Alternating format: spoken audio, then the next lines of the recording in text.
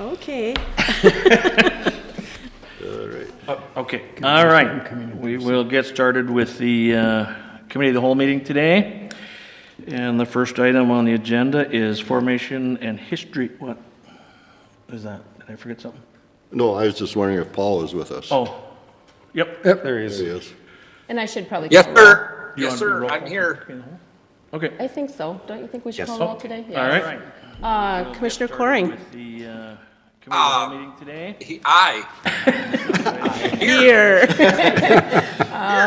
Let's see. We're Where glad. are we? Commissioner Brecken. Here. Commissioner Barrows. Here. Commissioner Franzine. Here. Commissioner Hoag. Here. All present. Yes, All sir. right. Now we'll get Mr. started. Chairman, certainly Yes. want to do it by the statute. I don't want to do anything that isn't by every statute that's in the Minnesota statute book, so. Let's see. I agree. What's the number? Oh, We have our amen. statute expert here, so.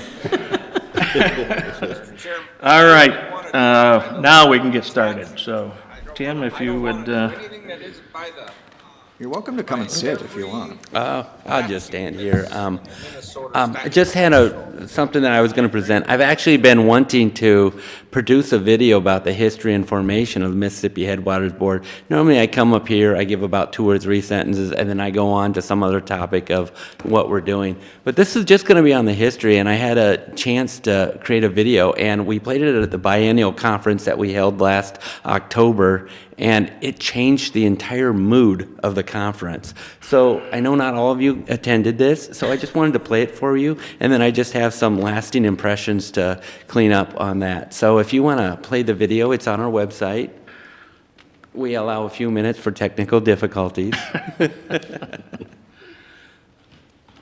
You said it changed the entire mood. Am I going to be happy or sad?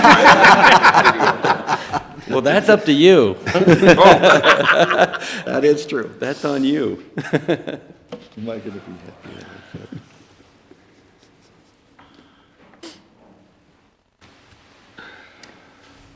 No, that's not it. Well, this is, Type in Oh. MississippiHeadwaters.org. Or there you go. See, look, I'm on your favorites already. You must scroll down. There, right there, a living history. this one? Yep, just hit play. Okay, hold on. I'm going to make it bigger. And we're on the left. And I want to go to the projection screen. Okay, now we are ready. Bob Lessard, who served in the Minnesota State Senate 26 years from 1978 to 2004, has been called a sly fox and the old trapper. But anyone who took him for granted was fooling themselves. During his first term, it was the result of his actions that the Mississippi Headwaters Board became a reality. Never been in politics before. I've just been elected, and I never, in hindsight, I never thought I could get this done. There's something about being a freshman senator. You think you can do stuff? In hindsight, I never would have done it. I would have thought it'd been impossible. Known as a supporter of a clean environment, Bob's handshake was his word. He once told a reporter, "The thing that kept me going was protecting the rights of people who made Minnesota the state it is." The federal government and the state often come in and say, "We know best." But hunters and fishermen have been stewards of the environment forever, and protecting their rights is important. It was in that spirit that was behind Bob advocating and passing the legislation that made the management of the Mississippi Headwaters a reality. It was tough. I don't think I went to bed. It was really emotional with me. The cause of the concern of Bob Lessard and others in the region was the result of the enactment of the Federal Wild and Scenic Rivers Act in 1968 that had the intention of protecting the natural free-flowing rivers, including the first 400 miles of the upper Mississippi River, which the government wanted to turn into a linear national park. But with the creation of a national park would come federal control, which would include the acquisition and condemnation of private property. Much like had been done in Voyageurs National Park, Bob and others felt strongly that the upper Mississippi would instead benefit from local control. But to stop federal government would take an outpouring of people living in the 8 counties of northern Minnesota where the first 400 miles flowed. I called all the counties together that were affected, And I said that if we don't get together and do it under local control, it'd be disaster. For 3 years, Bob traveled throughout the region, rallying the local people. So I go to all the county boards. What we would do, every time the National Park Service would hold a hearing, I don't care if it'd be Aiken, if it would be Bemidji, if it would be Grand Rapids, if it could be Brainerd.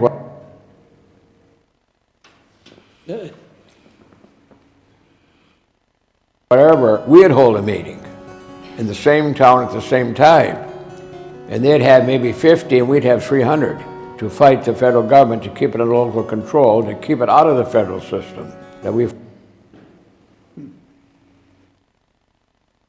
formed what they call the Headwaters Board. It was a massive undertaking, requiring 8 counties to be in agreement. Through their hard work and support, the Mississippi Headwaters Board was created in 1980. Since then, the board has rigorously acted to protect the first 400 miles of the Mississippi River. But it didn't stop there. Since its charter, the Mississippi Headwaters Board, in cooperation with the 8 counties, has instituted several programs that have enhanced the safety of the water, made travel down the Mississippi an enjoyable experience, created navigation signage for those who enjoy paddling in a canoe or kayak on the Mississippi River, and supported the effort of establishing parks along the river. One of the first tasks the Mississippi Headwaters Board took on was local zoning. Zoning it's kind of like a bulldozer.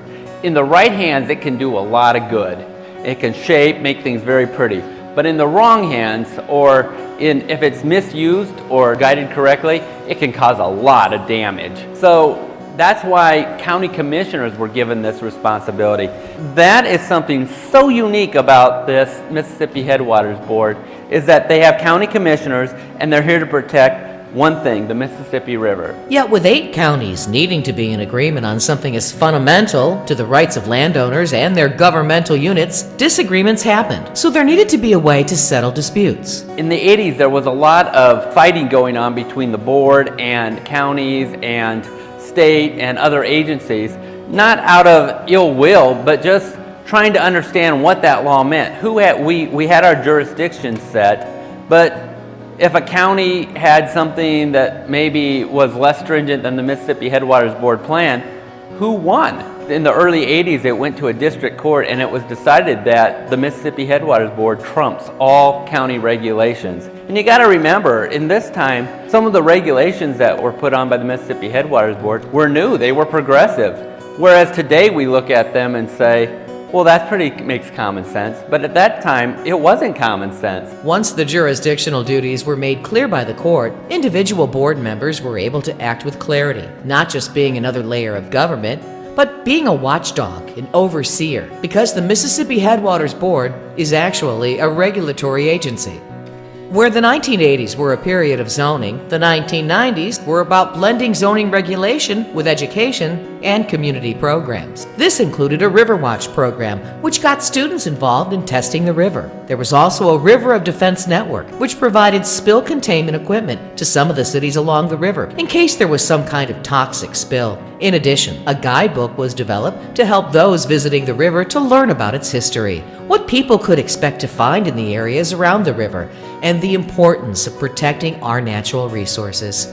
Due to funding deficiencies in the early 2000s, it was decided that an executive secretary would be kept rather than an executive director to work only with the regulatory zoning authority of the board. This led to the Mississippi Headwaters Board being perceived as a duplicative since county zoning regulations were somewhat compatible with the comprehensive plan. So, in the early 2010s, the Mississippi Headwaters Board made a change in direction and held a series of strategic planning sessions to determine its role going forward. It was at that time that a new executive director job description was written. The board wanted someone who had entrepreneurial skills and was willing to take risks. After interviewing several candidates, they chose Tim Terrell, who understood the need for more aggressive initiatives to add to existing regulatory programs in order to protect the quality of the water of the Mississippi River itself. So one of the unique things that we started right out of the gate was an idea to assess the watersheds for risk and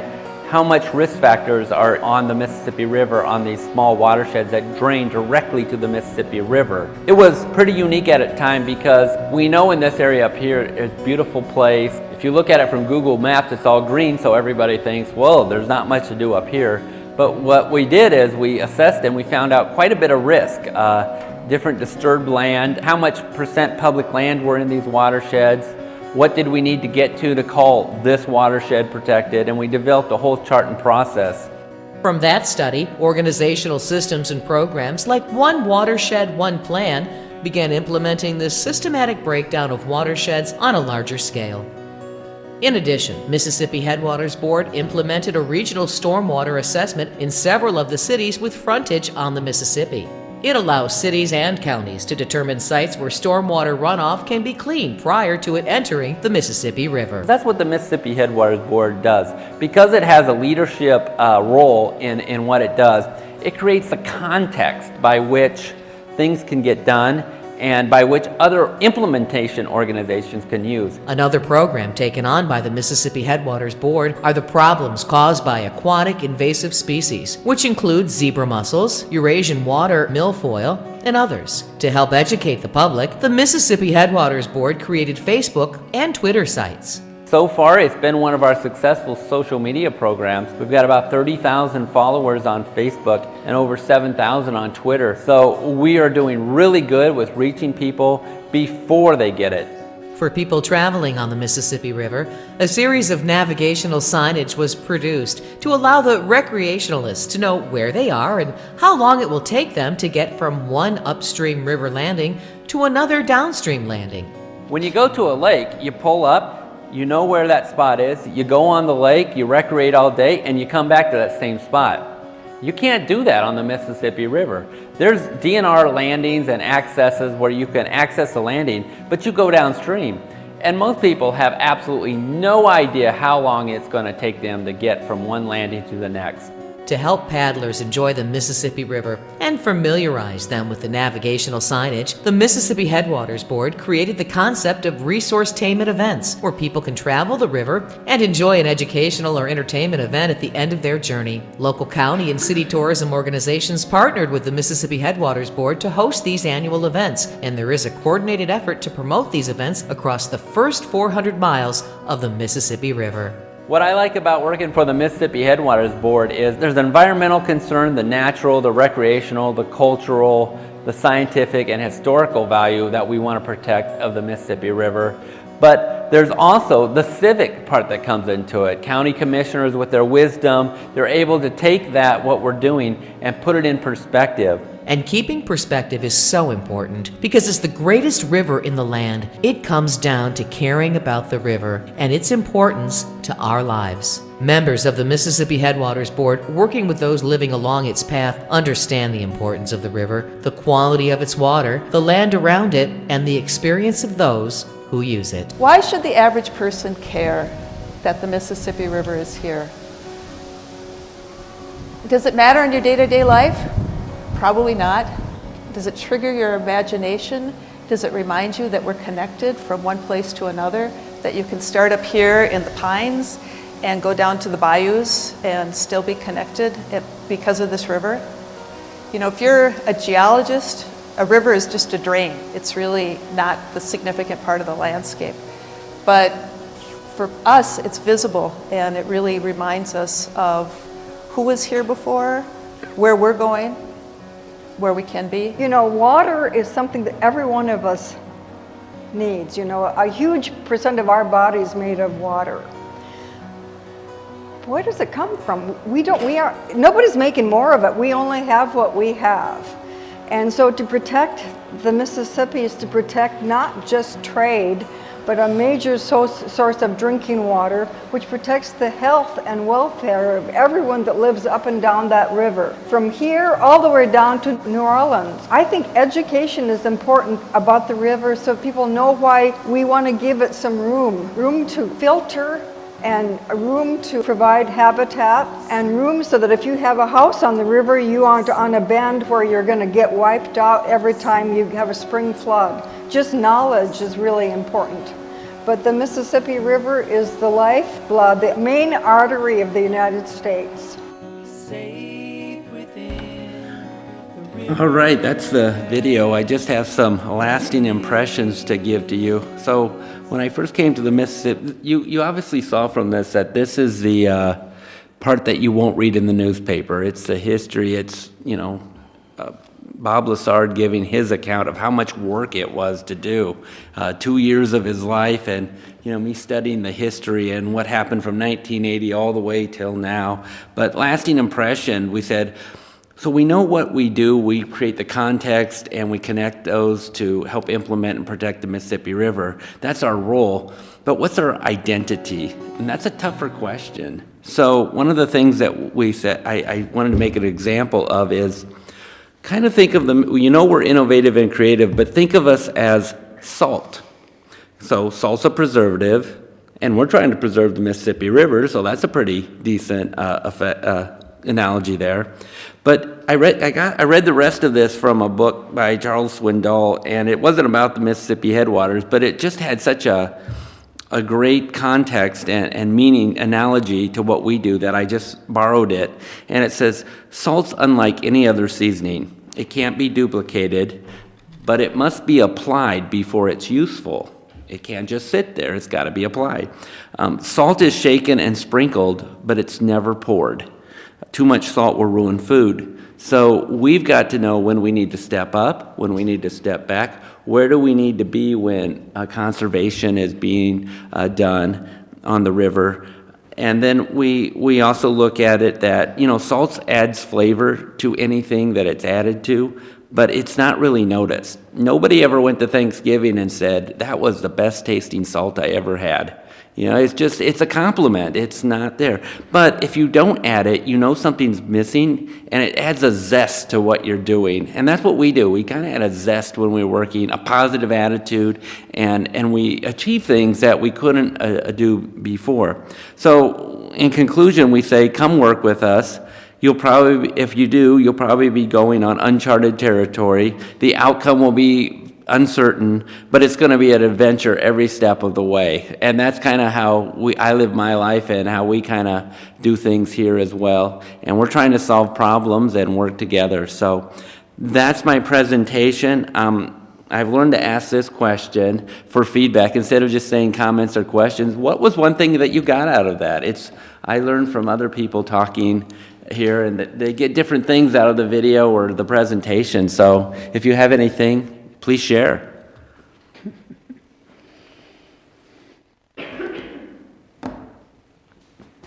That's the first time I've seen Jane.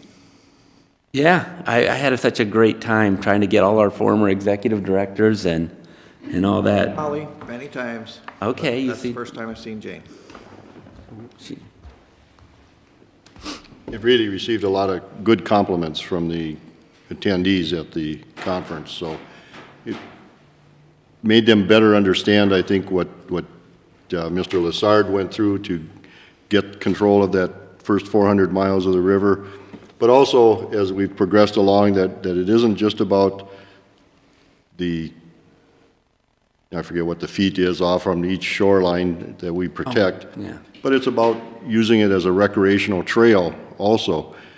And so many pieces of it came together, I think, for people realizing that we aren't just about trying to control whether somebody cuts a tree down or develops the shoreline or some of the other ordinances that we have to deal with in some of the counties. So I think it really brought out a broader view of what the MHB does. And I think it was well received by everyone. So you really see the pristine beauty of the river. Again, most of us just cross it, and really don't spend any time on it. And a video like that really helps that. Yeah, it's probably one of the clearest rivers. I mean, when you hear about Mark Twain, they call it the muddy Mississippi. It's not true up here. This is pure. And even our lakes are pure. I remember my daughter, we used to live someplace and we'd go swimming in the lake and she's like, I don't want to swim here, it's green. So we'd go to the swimming pool. But now she's living up here and we're like, oh, let's go to the beach on the lake. Oh, okay. Because where can you put your head underwater and see 20 feet in front of you? It's amazing. So I told my daughter, I go, you better enjoy this because you're in a very unique place. And one of the things that we're going to be doing over the years is that whole idea of resourcetainment. You'll never hear a conservationist say this, but we're actually going to increase the economic activity in your county from a recreational standpoint. We teamed together with the YMCA and Smiles for Jake. We're probably going to have 1,000 people this year at our event. We're going to have I think it's going to be called Mississippi Headwaters River Rampage, and we're going to have a race, up and down the river, and there's going to be a band, there's going to be a magician, and it's really going to be mental health and recreation, how they kind of go together. And we've never quite put that together. We knew about it in theory, but we're going to ask Bladex at how much did it increase the economic activity from these events. And it's going all over the first 400 miles. And economic activity, we can do both. We can conserve it, and we can also recreate, and we can increase economic activity. Because the Mississippi River has been overlooked for so many years. We've always looked at the lakes, and it's just sitting there, and there's a lot of people who use it, but they don't tell you because they like to fish, and they know their spots. But it can also be used, kayak, the boats and power boats own the lakes and rivers, but the kayaks and canoes, they own the river. And there's not a lot of activity there, and or I should say there's a lot of activity, we just can't quantify it. And so that's kind of what we're working on in the next few years, so. Very good, thank you. Thank you. Next up, out-of-home placement update and evaluation update.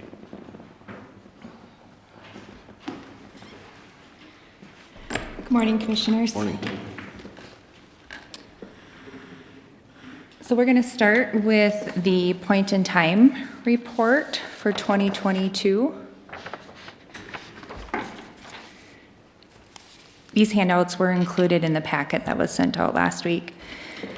So currently we have 113 kids that are in care here in Crow Wing County. So that would be a 7 to 8 year low for the number of kids that are in care.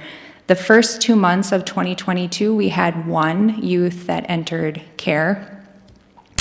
For as long as I've been reporting to the board, that has not been the case. And that youth entered due to their own mental health needs. So they needed a higher level of care. Just one. Just 1. And that's your point, right? Just one. Yeah, just 1. What is it normally? If you just picked the number based on your experience. Yeah, 20 to 30. And I speak with hesitancy because I can recall a time back in June or July of 2016 or 2017, sometimes the years get away, that we had 18 kids that went into care within 72 hours. And I can recall the team, struggling to find shelter homes, struggling to have staff to connect and get the 24-hour face-to-face contact, making all the collateral arrangements. To what do you attribute the difference? There's quite a few reasons, and that'll be part of the 2021 review. I think there's some significant prevention, early intervention that has been occurring. That, back from 2016, we came to the board and asked we needed to continue to be reactionary to child protection. We were asking for a leap of faith to increase our prevention and intervention, as well as asking our team to continue to manage 2 to 3 times the size of caseloads across the state and continue to tread water with child protection while we also increased our early intervention and preservation efforts. And so that is making a difference. However, it takes, one family of 6 kids that can start to turn that. So that's where the hesitancy comes from. Mm-hmm. You never know when the shoe is going to drop. Right. The next shoe. But we'll be prepared. Do you have any of those families, like you say, that could tip this over? Are they ever on the radar? Yes, that's part of our preservation or some of those child welfare efforts. So drawing attention to the out-of-home placement, the point-in-time report and the numbers, and then moving on. somewhat quickly to then the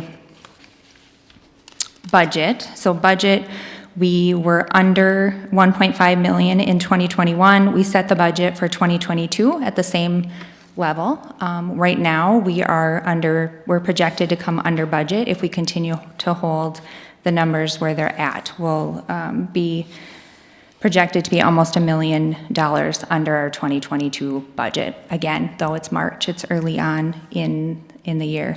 Corrections has 7 kids in placement right now through the delinquency, through Krista Jones's area. We know that we have a number of pending youth over at the county attorney's office, and that could also swing the numbers and the out-of-home placement budget, the corrections area.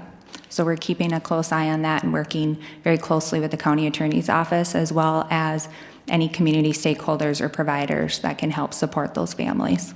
That's still a low number, correct, if based on historical standards?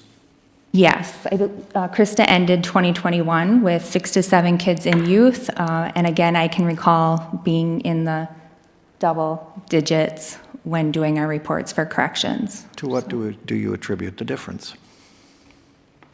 Krista can speak to that. From my perspective, I know that her agents do a really nice job of putting in prevention efforts, services in the home, helping stabilize the youth, looking at relatives maybe as an alternative placement, chemical dependency treatment that does not come out of the out-of-home placement budget, that's covered under medical assistance.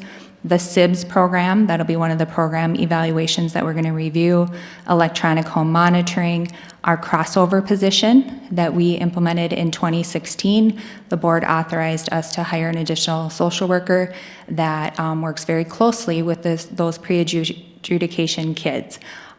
So prior to them ending up on corrections, we have a social worker that works very closely with Krista's team for prevention and early intervention. So, anything else, Krista? Okay. It's a team effort. Indeed. Now, if we can move on to the 2021 review, this is a pretty detailed report. I'm going to go running through it rather quickly. If you have any questions, feel free to interrupt me on the graphs and the data. So the first one reflects our intakes. So the blue line would be our child protection intakes that are coming in. So Commissioner Brecken, those would be the families that are on our radar, that they have a concern, whether it's parenting, chemical dependency, mental health. So that's the blue line. We're trending pretty stable. The last 4 years, we've been in that 1,500 to 1,600 reports over the calendar year. There's maybe a misconception that during the pandemic and when schools were shut down, we were not receiving as many child protection reports, but as you can see, the numbers reflect that we did continue to receive reports on children in Crow Wing County. The orange line is our child welfare and our children's mental health intakes. So those intakes come into the same funnel system. The child welfare might be that families are requesting services such as crisis nursery, respite, some parenting skills, and then children's mental health. We've continued to see an increase of requests for children's mental health services. And as you know, we did hire 2 additional children's mental health workers for 2022 with the intentions of really targeting earlier intervention and preservation of those families, as well as we've had an increase of disrupted adoptions. At one point last year, we had 18 kids that were in our agency receiving either child protection or children's mental health. And in fact, the one youth that did come into care was adopted as a young individual, and now getting into that adolescent is struggling and needs some stabilization services. So we're intending on doing some post-adoption follow-up with our families and making sure that there's services in place to preserve those family units. So while our intakes have continued to try to even our assessments, we did see a decrease in our assessments in 2021. The only thing that we can contribute that to is our preservation and our early intervention. So statutes did not change.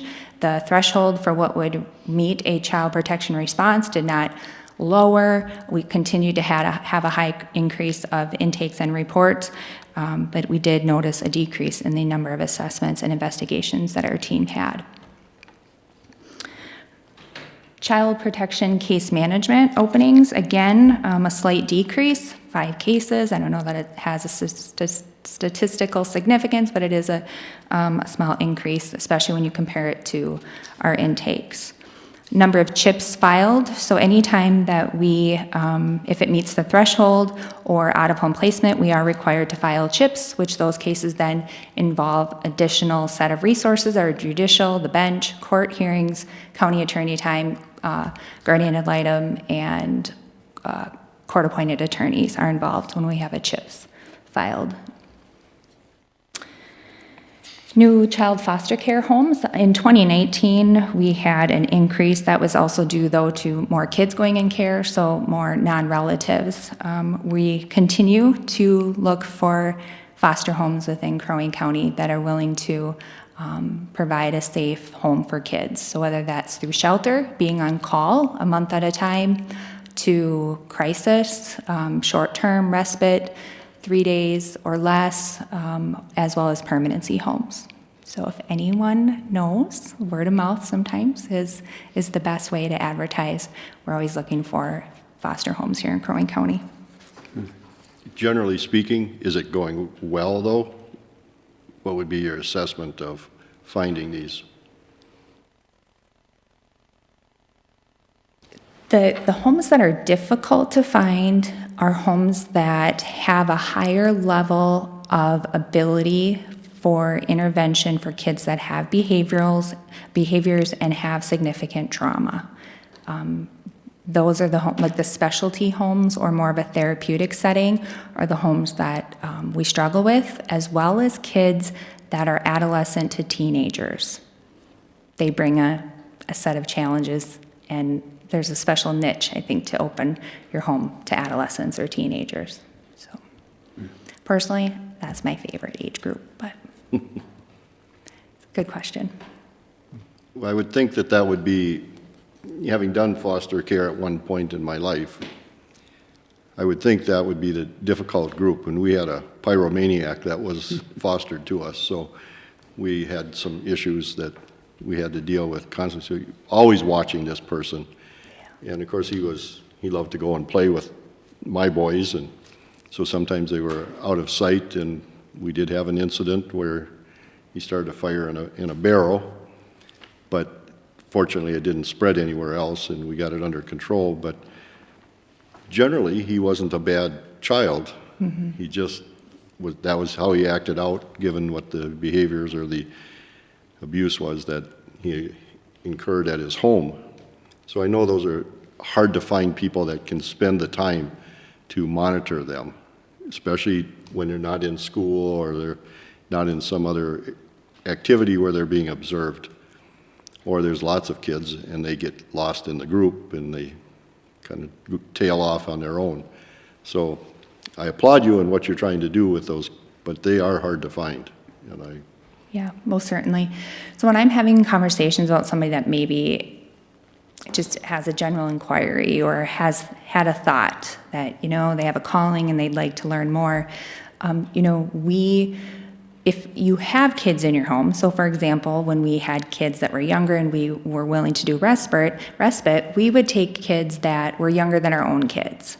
That made us feel more comfortable, as well as we were not going to be a permanency option. So we were, maybe for the weekend or 24 hours, but we did not want or weren't able to have the youth in our home longer than a short-term stay. And so we were able to set those parameters and boundaries so that increased our comfort level. So we are able to accommodate if somebody comes in saying, I have a 10-year-old girl, and so I'm only willing to take girls that are under the age of 10.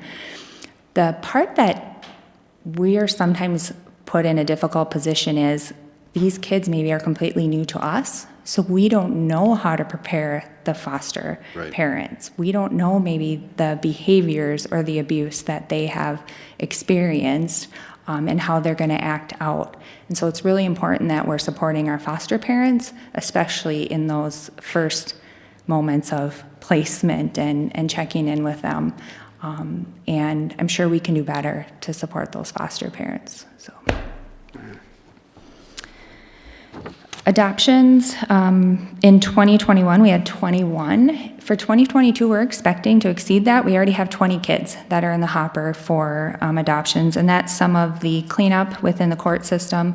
Mr. Hull has been helping us with moving some of those kids that we've had in care for 2 to 3 years and drawing attention to those kiddos to make sure that we get permanency for them. So we're expecting that we're definitely going to exceed the number of adoptions during 2022.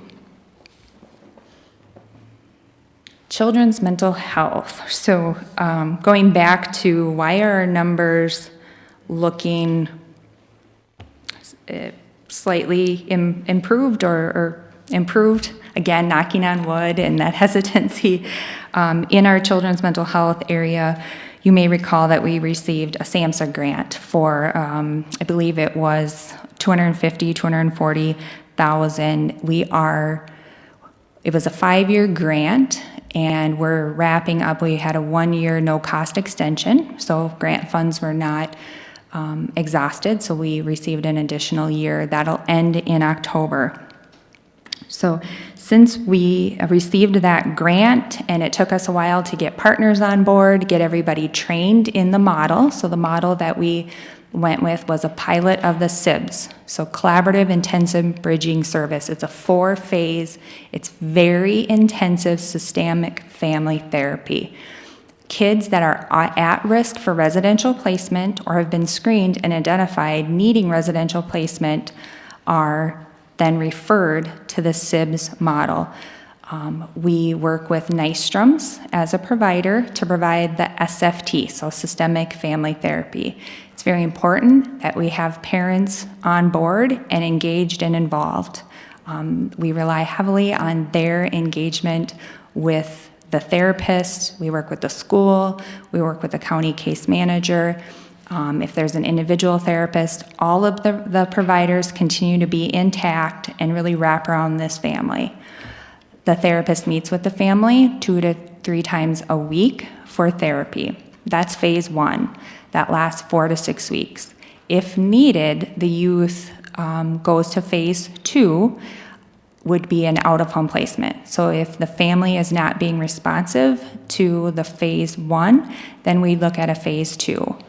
We're using Pine Haven here in town, which is a group home for males, as our phase 2 provider.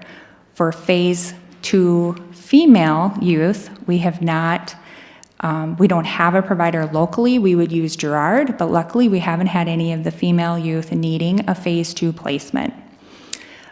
The phase 2 placement, the parents continue to be engaged with the therapist. The same therapist works with the youth while they're at Pine Haven or at the phase 2 option. Again, all the same service providers are working with the family, and that placement is 30 to 45 days. They return back home. They may even have breaks from the phase 2 and go back home during that phase 2 option. Then phase 3, again, it's reunification with the family, it's intense family therapy, and then phase 4 is maintenance. It's a 4 to 6 month process for the SIBS model. 2019 is when we were up and running. Actually, December of 2019 was when we had our first youth go through the SIBS program. We have a contract with Nystrom's as well as LSS. So LSS has a few therapists as well that are trained in the model. Nystrom's, however, has been doing this across the state. So while we have an $80,000 contract with them, they have been able to bill medical assistance or insurance for most, if not about 90% of the cost. We've had 31 families that I went through. 0 have been placed in residential placement. So just to repeat, every single one of those kids was at risk of residential placement or in need of residential placement. And we used the SIBS model before placing them in residential. Upon completion, if they successfully completed, 0 have so far, year-to-date, ended up going into residential placement. So for residential placement, now these are very conservative numbers. Residential placement costs approximately $45,000 for 6 months, and that's actually on the low end. Some of our placements are $600 a day for out-of-home placement. So using a low number, if a youth goes into residential placement, and again, even 6 months, some kids go into residential for 12 to 18 months. The SIBS program, if we were going to pay for it, so let's say that something changed tomorrow with Medicaid reimbursement, if we were going to pay, it's $7,500 for 6 months.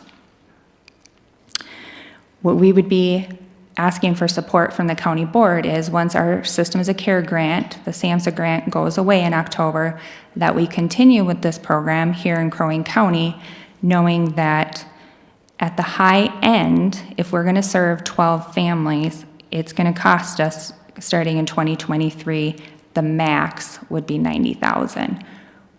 We would suspect it's going to be lower, like that $12,000 to $15,000 for the whole year.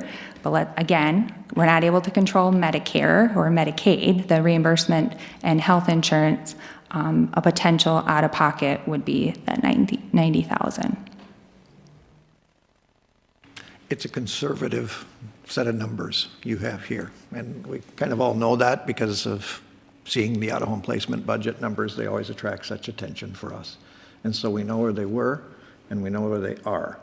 And I think you've heard Cara talk about a variety of strategies that we have engaged in to try to move those numbers when they were so high. The crossover youth model, the Systems of Care grant, the family preservation services. Those investments are why I think we are where we're at. This one in particular, I can certainly look at these things from just a bean counting point of view, because that's what I do. It's certainly cheaper. Right. But set aside the funds for just a second and think about the kid, and are we going to create a better citizen? Are we going to create a better citizen by taking them out of their home and sending them to another community to receive these services? Or are we going to create a better citizen by keeping them with their family and their community and bring the services to them? It's essentially whether we send the kid to the service or the service comes to the kid. It's cheaper to have the service come to the kid for the families that we can afford to serve. I would tell you with a high degree of confidence there is a high number of these that would have ended up in residential placement. And so your alternative was out-of-home placement. And so investing 90 grand when we're $1 million under budget seems like an awfully smart investment for 2023 and moving forward. We have the resources. And so it's not going to cost you a dime to implement that long term. And I think the wisdom of it is obvious. Yep. And you're healing the family with it. Mm-hmm. It's not just cheaper, it's better. It's better for the kid. Mm-hmm. The second program. Well, I think it. Oh, sorry, Can I say Commissioner. something? I think it goes to the same thing as Grandma Jones, trying to keep Grandma Jones in her house with some home health care as long as possible instead of going into a nursing home would be cost effective too. So I think this is kind of on the same order. It makes total sense to me. Good point, Commissioner Coring. Thank you. Second one is the crossover. I had referenced that earlier. So back in 2016 is when we hired, with the support of the county board, a social worker to work targeting youth that are at risk or became involved in the delinquency system and also have a history of child protection. So we've been watching this number closely.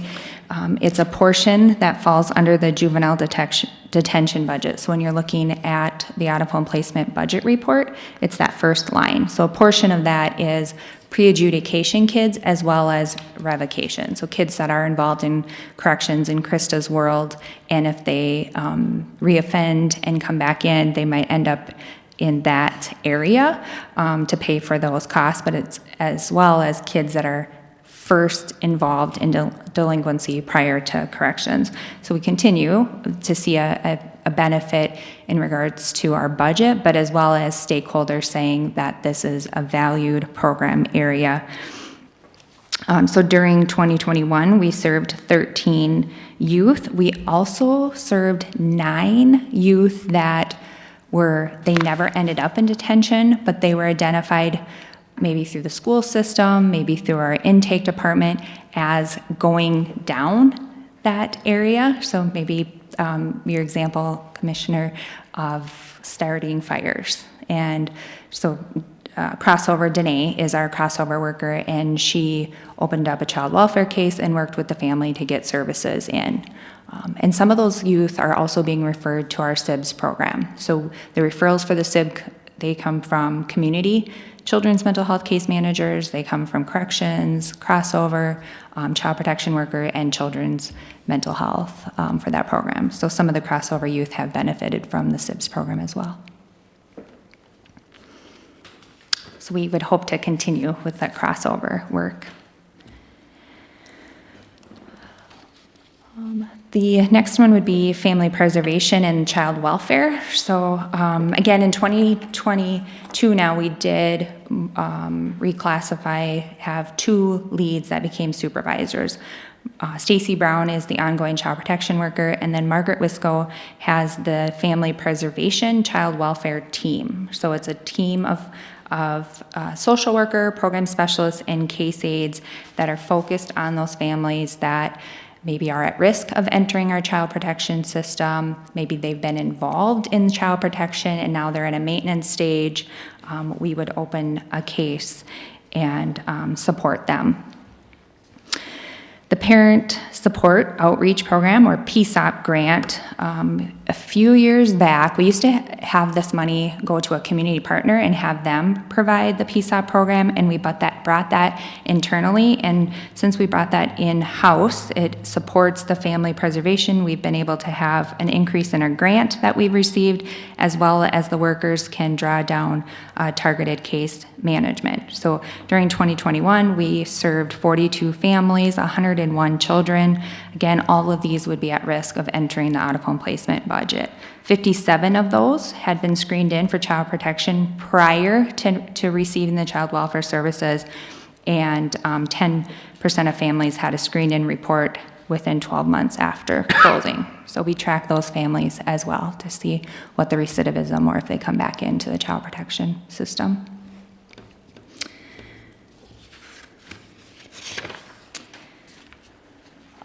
The last program that we did a evaluation is our family home visiting program. So we have Michelle Moritz is the supervisor for this area, and we have 5 public health nurses. Denise is our lead, and we have now 2 case aides that support this area. And again, in 2021, we had 247 clients that were received for services, 125, because this is voluntary, were accepted services, and 89% were at risk for out-of-home placement. So this is another area that we use for early intervention, and we only had 4 kiddos that went into out-of-home placement after we started working with the family. So I know I went over my time. Any questions? Well, I think for a report like this, where you're saving us $1 million at this point, I think we'll take all the time you want. Give us your report. So Yeah. I think it's outstanding how you're using these investments that the board is making to make them work as well as you have. And I certainly recognize that. I know that we all knock on wood, but that's the best we're ever going to get, is knocking on wood anyway. So seeing the results in the last year and what we're looking at this year so far, thank you very much. We appreciate it, and all your staff should know that we appreciate it. It's hard work watching these kids all the time, and you can't ever plan for the next moment because they'll shock you every time. So It's a volatile environment to work in. You know, the emotions run high for the families. It's the biggest crisis of their lives, oftentimes, you know. And so it's just a tough environment to work in. And so I get the chance to go and sit with this staff and look at the professionalism and the quality of work that they do, the care that they put into the work that they do. And that extends to the system.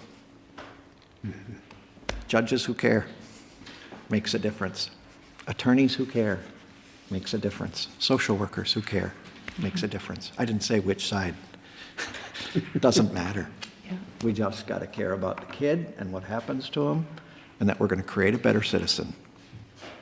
It's really good work, and it's in a tough environment. So, thank you.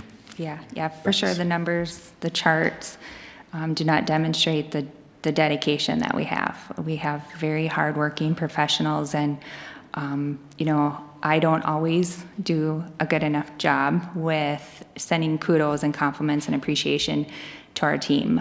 And this year, after 2 years of really having the numbers demonstrate and having some deep thoughts on why, how, because it's not just about the numbers, and it's not just about the programs and what it's staff that they continued to show up. And while those numbers were really, really high and the circumstances, the work is tough, like that hasn't changed. The work is they continued to show up and have faith that even though I'm not directly, because we could have easily added just more child protection workers, right? And so their numbers continue to be really, really high, and they were dedicated and had faith that if we invested in early intervention and preservation, that it would make a difference for the community. So they sacrificed and continue to just do great work. So it's a good group of people, great group of people. It really is. Yeah. I think, too, we should just say a thank you to all the foster homes that you do have out there and those individuals, because that's a thankless job. I mean, it's tough.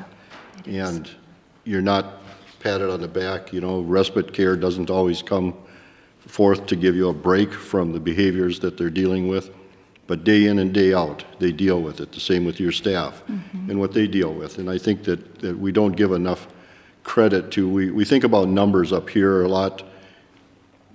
The quality of the people that are in those foster homes and that are on our staff, we don't acknowledge that enough. And I think that they're two different things. One's just a number game, and the other one is who do we have watching the situation. And I think of that often, that how do you express that enough to them to let them know how much we care, that they care. So I'll get off my high horse here. It's a good one. But it's a tough job. So thank you. Yep, thank you. For everything. Yeah. Good report. Okay. Thank you. Thank you. So please don't think it's just about the dollars, although that's important for all of our taxpayers, but it's important that your people know that we recognize the quality that they are. I guess I didn't get off my horse. We'll carry that torch forever. That's okay. We like that torch. Thank you, everybody. Thank you. Thanks, Carl. Thanks, Krista.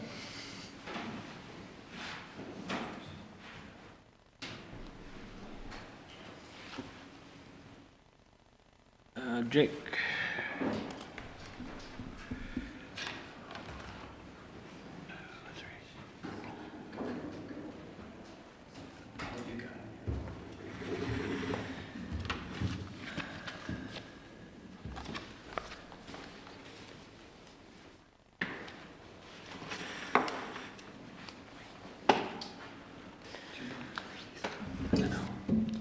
Thank you.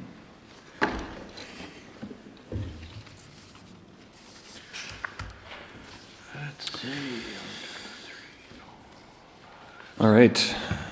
Well, Mr. Chair and members of the board, good morning. We are warming up nicely outside.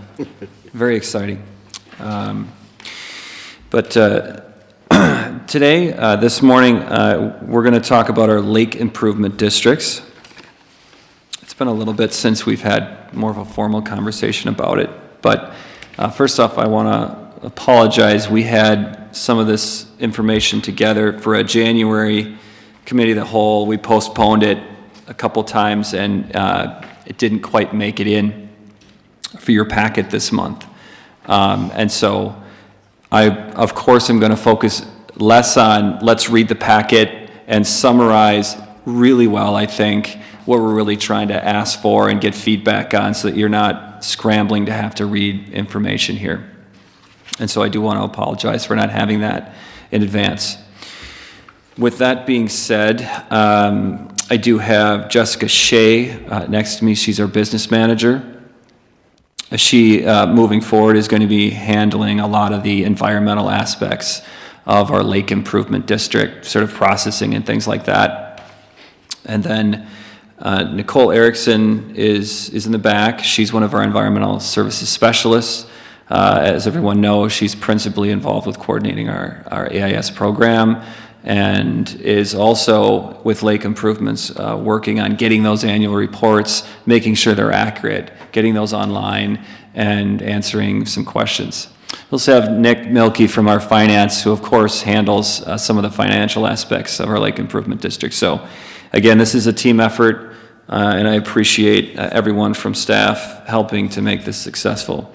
So with that, we're here to discuss 3 aspects of our lake improvements this morning. One is we want to provide a bit of a summary about the LID financials and an update for 2021, and get your feedback on any concerns or questions you might have. 2, we want to discuss our current policy that's existing, and a couple of revisions we might consider making, and how we should go about that process.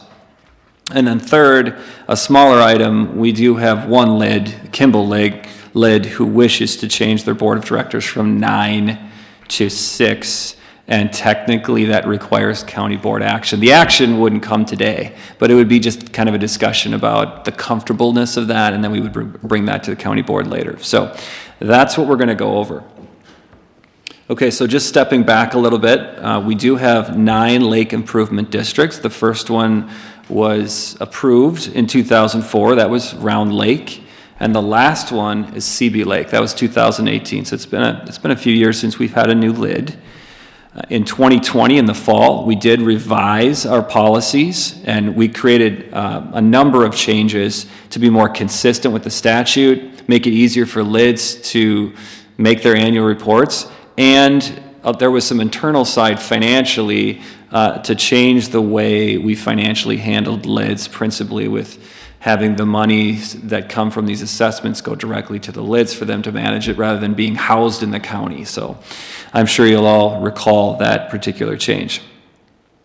So just to go through a couple of those changes, we added more clarity of what was required in the annual report. We removed the provision that the LID would expire after 5 years.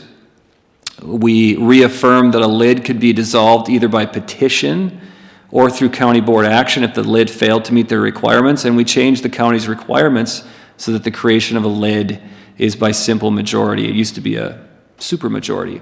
There were a couple of minor other changes as well, but those would be the big ones. Each year, the LID is required by statute and county policy to provide an annual report that includes an annual budget and projected expenses and all of their management that they've done for the year. The LID must also include monitoring reports, proof of insurance, and a lot of other information. In 2021, that was the first year we took that revised policy and exercised that into practice.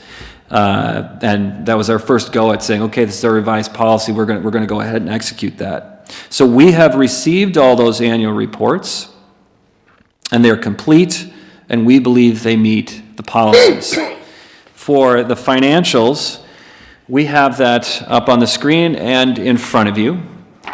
The front cover just summarizes the per property assessment 2021 compared to 2022 for all the LIDs. Again, that's per property parcel. And each of the individual LIDs has a simple summary budget information sheet. And again, I'm not going to go through each LID, but I'm going to talk just generally about the format that we're trying to work with. So a couple of highlighted points.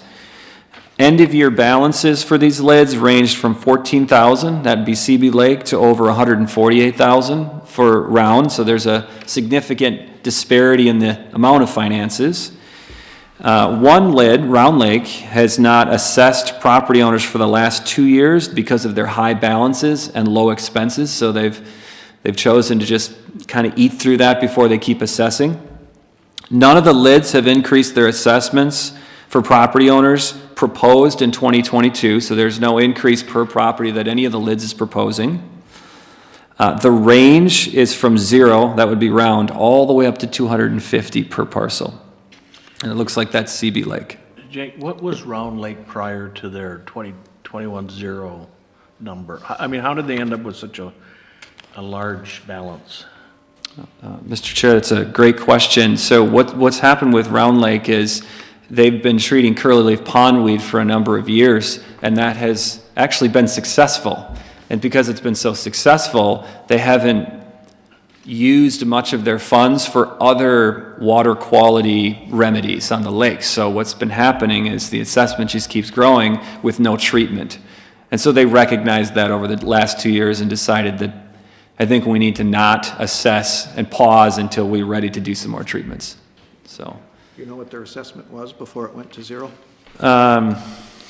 we could look that up. I don't have it in front of us, but we can get that. Up and send it around? Yeah, absolutely. Perfect. Thank you. Yep. They are still spending money on curly leaf treatment, just $8,000 a year. Yeah. So it's not a lot. And at $150,000, $8,000 a year is going to last a long time. Right. So I guess it's sort of a success story. Curly leaf pondweed, I think, is easier to get ahead of than some of the other aquatic invasive species. It's not. That would be my question. Is there other invasive species in Round Lake? Well, zebra mussels, right? But I think there's a huge opportunity for all the lids, in my opinion, to I think there's a robust treatment program as far as like identify something that's in the water and try to chemically treat it. But I do think across the board, especially Round, there's an opportunity to look for other ways to improve water quality, whether that's working with property owners to reduce surface water runoff issues or getting at the source of the phosphorus that's coming in and attacking that beyond just treating curly leaf. So I think there's probably an opportunity to work with our Soil and Water Conservation District to help these lids understand different ways they could use their funding and still be effective besides treating plants. So, yeah. Okay, let's see. One lid still has their funds being held by the county, and the plan would be for in 2022, this would be CB lid, to have a bank account set up so that they can finally get their funds managed by the lid or housed with the lid's finances. 6 of the lids have higher balances than at the start of the year, with Lower South Long being the most dramatic increase. So they went from 100,000 to 130,000 at the end of this year. So of the 9, 6 of them have a increase at the end of the year in total budget versus what they started with. So there's probably other stats I could go through, but I thought those would broadly cover the big picture of what's going on with our finances. So all of these lid reports, both the financial and all of the other monitoring reports, are going to be up on the county's website for the public and others to view, as we always do every year. So that's a bit of a summary of the lids on broadly, financially speaking, what they've gone through. Having, Mr. Chair and members of the board, having only seen this report for a few seconds and a few minutes, I certainly don't expect to receive a lot of broad questions or feedbacks on individual lids at this time. If you, of course, have any at this point, I'll take any questions you have. I do just want to add one thing. Since some of these lids did set up their own bank accounts and the funds were housed with them in 2021, their reports are due to us November 1st. They have their meetings in June, July, when the homeowners are living on the lake. So a lot of their reporting is on a fiscal year, like July to June. So some of this, their expenses might not come out till fall, and we don't have that represented in here. So some of these are just kind of estimates. Any that were still housed with the county, I was able to get exact numbers. So just know that some of them could be a little off it.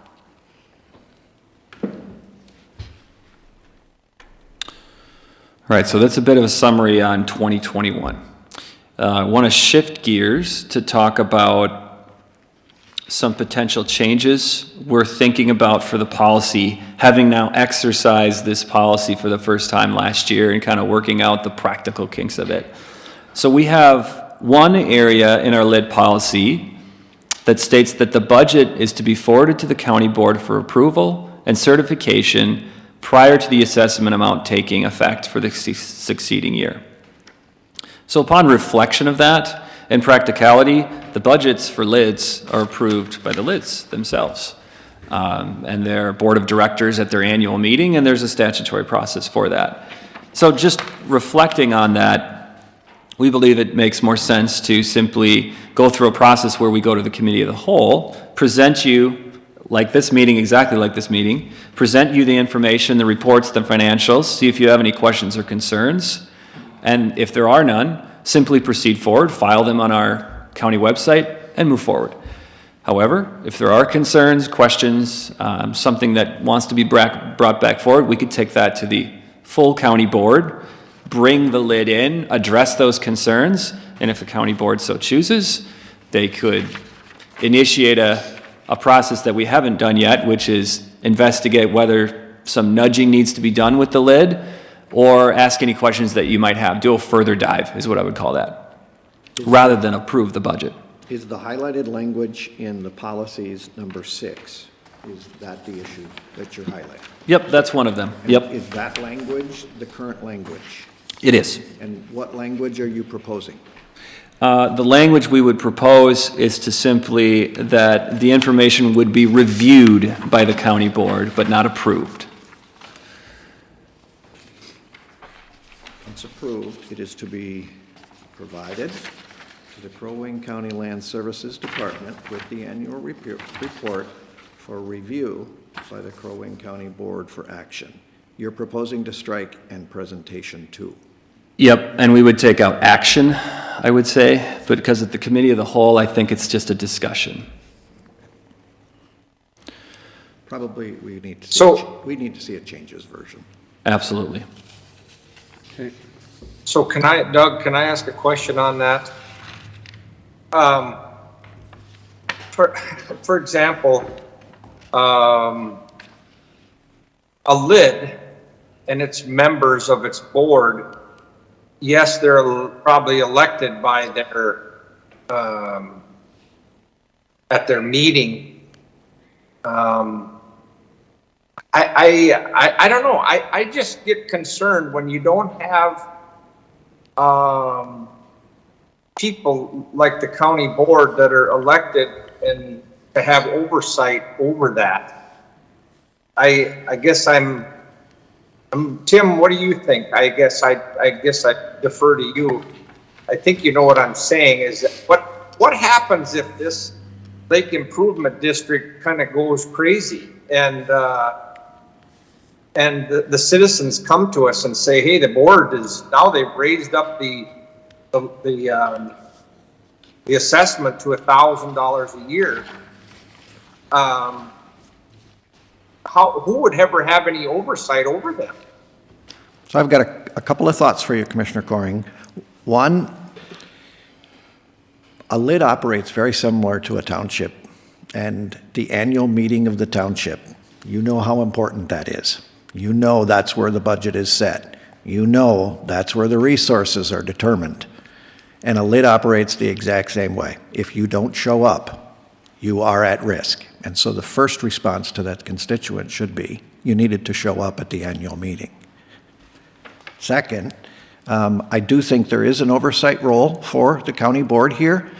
And so I would like to see how you can preserve that ability to intervene in, an absurd circumstance. That's what I think you're describing is if a lid proposes to do something that you think is absurd, you want the ability to intervene.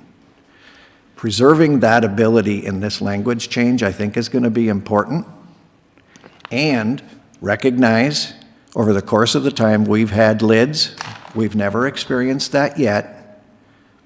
We've never had to intervene. And so should we have a formal process every year for something, or can we get by with, we need the absurdity brought to our attention? You know, my point is we haven't acted a lot on the existing language. And so I don't have heartburn about changing the existing language to make it less of a formal every year, have to review, have to approve. I don't think we've done that. And so it doesn't seem as if that's something we want to do. So I think there's room for language change here, but preserving that ability to intervene. That's what I think is important, Commissioner Coring, and I think that's what I hear you saying. Tim, that is what I'm saying.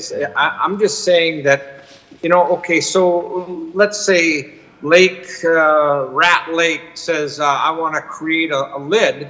They don't just create it on their own. They come to the elected body, the county board, and we say yay or nay on it. Then I guess we say yes, and then they kind of go off and do what they want to do. I'm not saying that there's anything bad going on. It's just that then why are we even creating anything if it's not falling back in our lap, or we don't have any oversight over it? Then why are we even weighing in to create a lid then? Mr. Chair, if I might ask a question. Number 13 in here talks about designating the administration and coordinate the LIDs to the Land Services Director. And so, Commissioner Coring, to your point, are you thinking that if there was something that was really out of order, then we should have the intervening right to address that issue? But in the process, the Land Services Director would be overseeing these lids to make sure to kind of head off anything that might be problematic. Would that be true? Well, Is that what number 13 means? Here's the thing, is I think that we all have oversight. I think that, okay, so if the county board or Crow Wing County doesn't have any, why do we have the state auditor come in and check our books? Because there's oversight from the state. So what if, I'm just saying, what if something fraudulent is happening? Whose lap does that fall in then? Should we not be having oversight over this? I mean, we're putting this on people's property taxes and collecting that money. Mr. Chair, would it be okay if I could answer a bit of that? Sure. So we've got under policy number 9, however, if upon review, the county board determines that the continuation of the lid is no longer in the public welfare, et cetera, the county board may terminate the lid in accordance with Minnesota statutes and rules. So that's a process you would go through. Further down, the lids have no taxing authority of their own. The order establishing a lid must state the means by which the lid will finance its services. The means by which a lid finances its programs and services may be modified by resolution of the county board. So we have that meat in our current policy.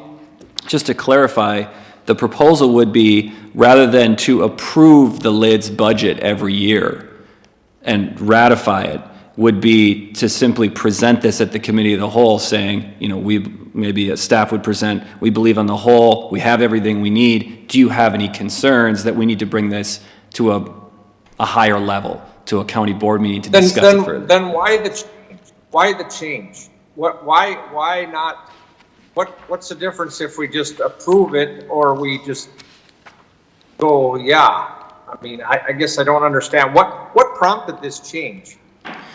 Yeah, it's a good question. One of the reasons is because the certification that happens is already principally being done in, Jessica, November-ish?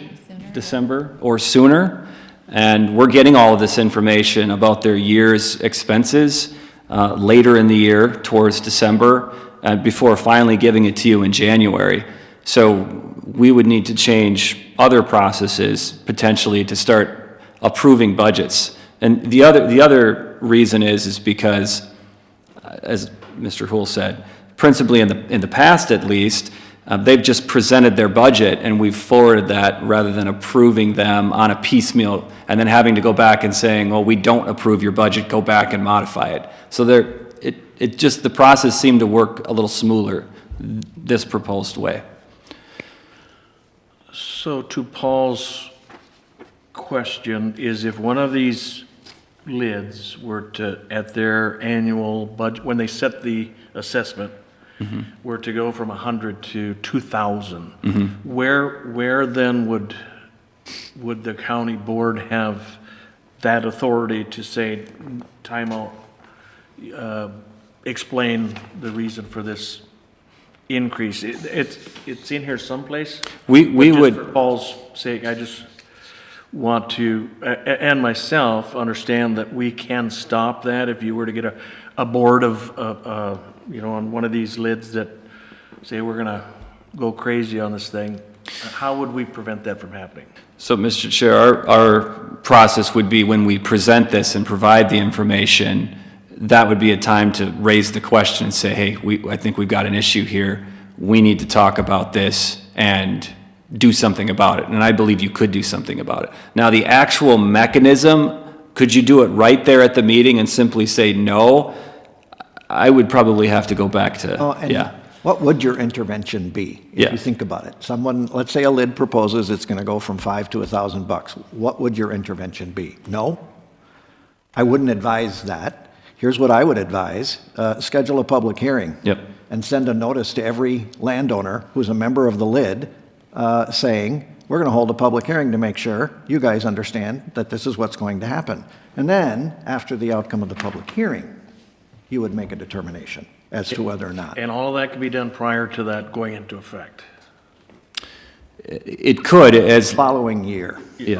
Yes. And I think that's the issue. We either have to change the fiscal calendar for all of our lids in order to comply with when do we actually attach the special assessment to get the lead time that we need. We either have to change their fiscal years to get the lead time we need, or change this to say it doesn't require action at the time it's presented.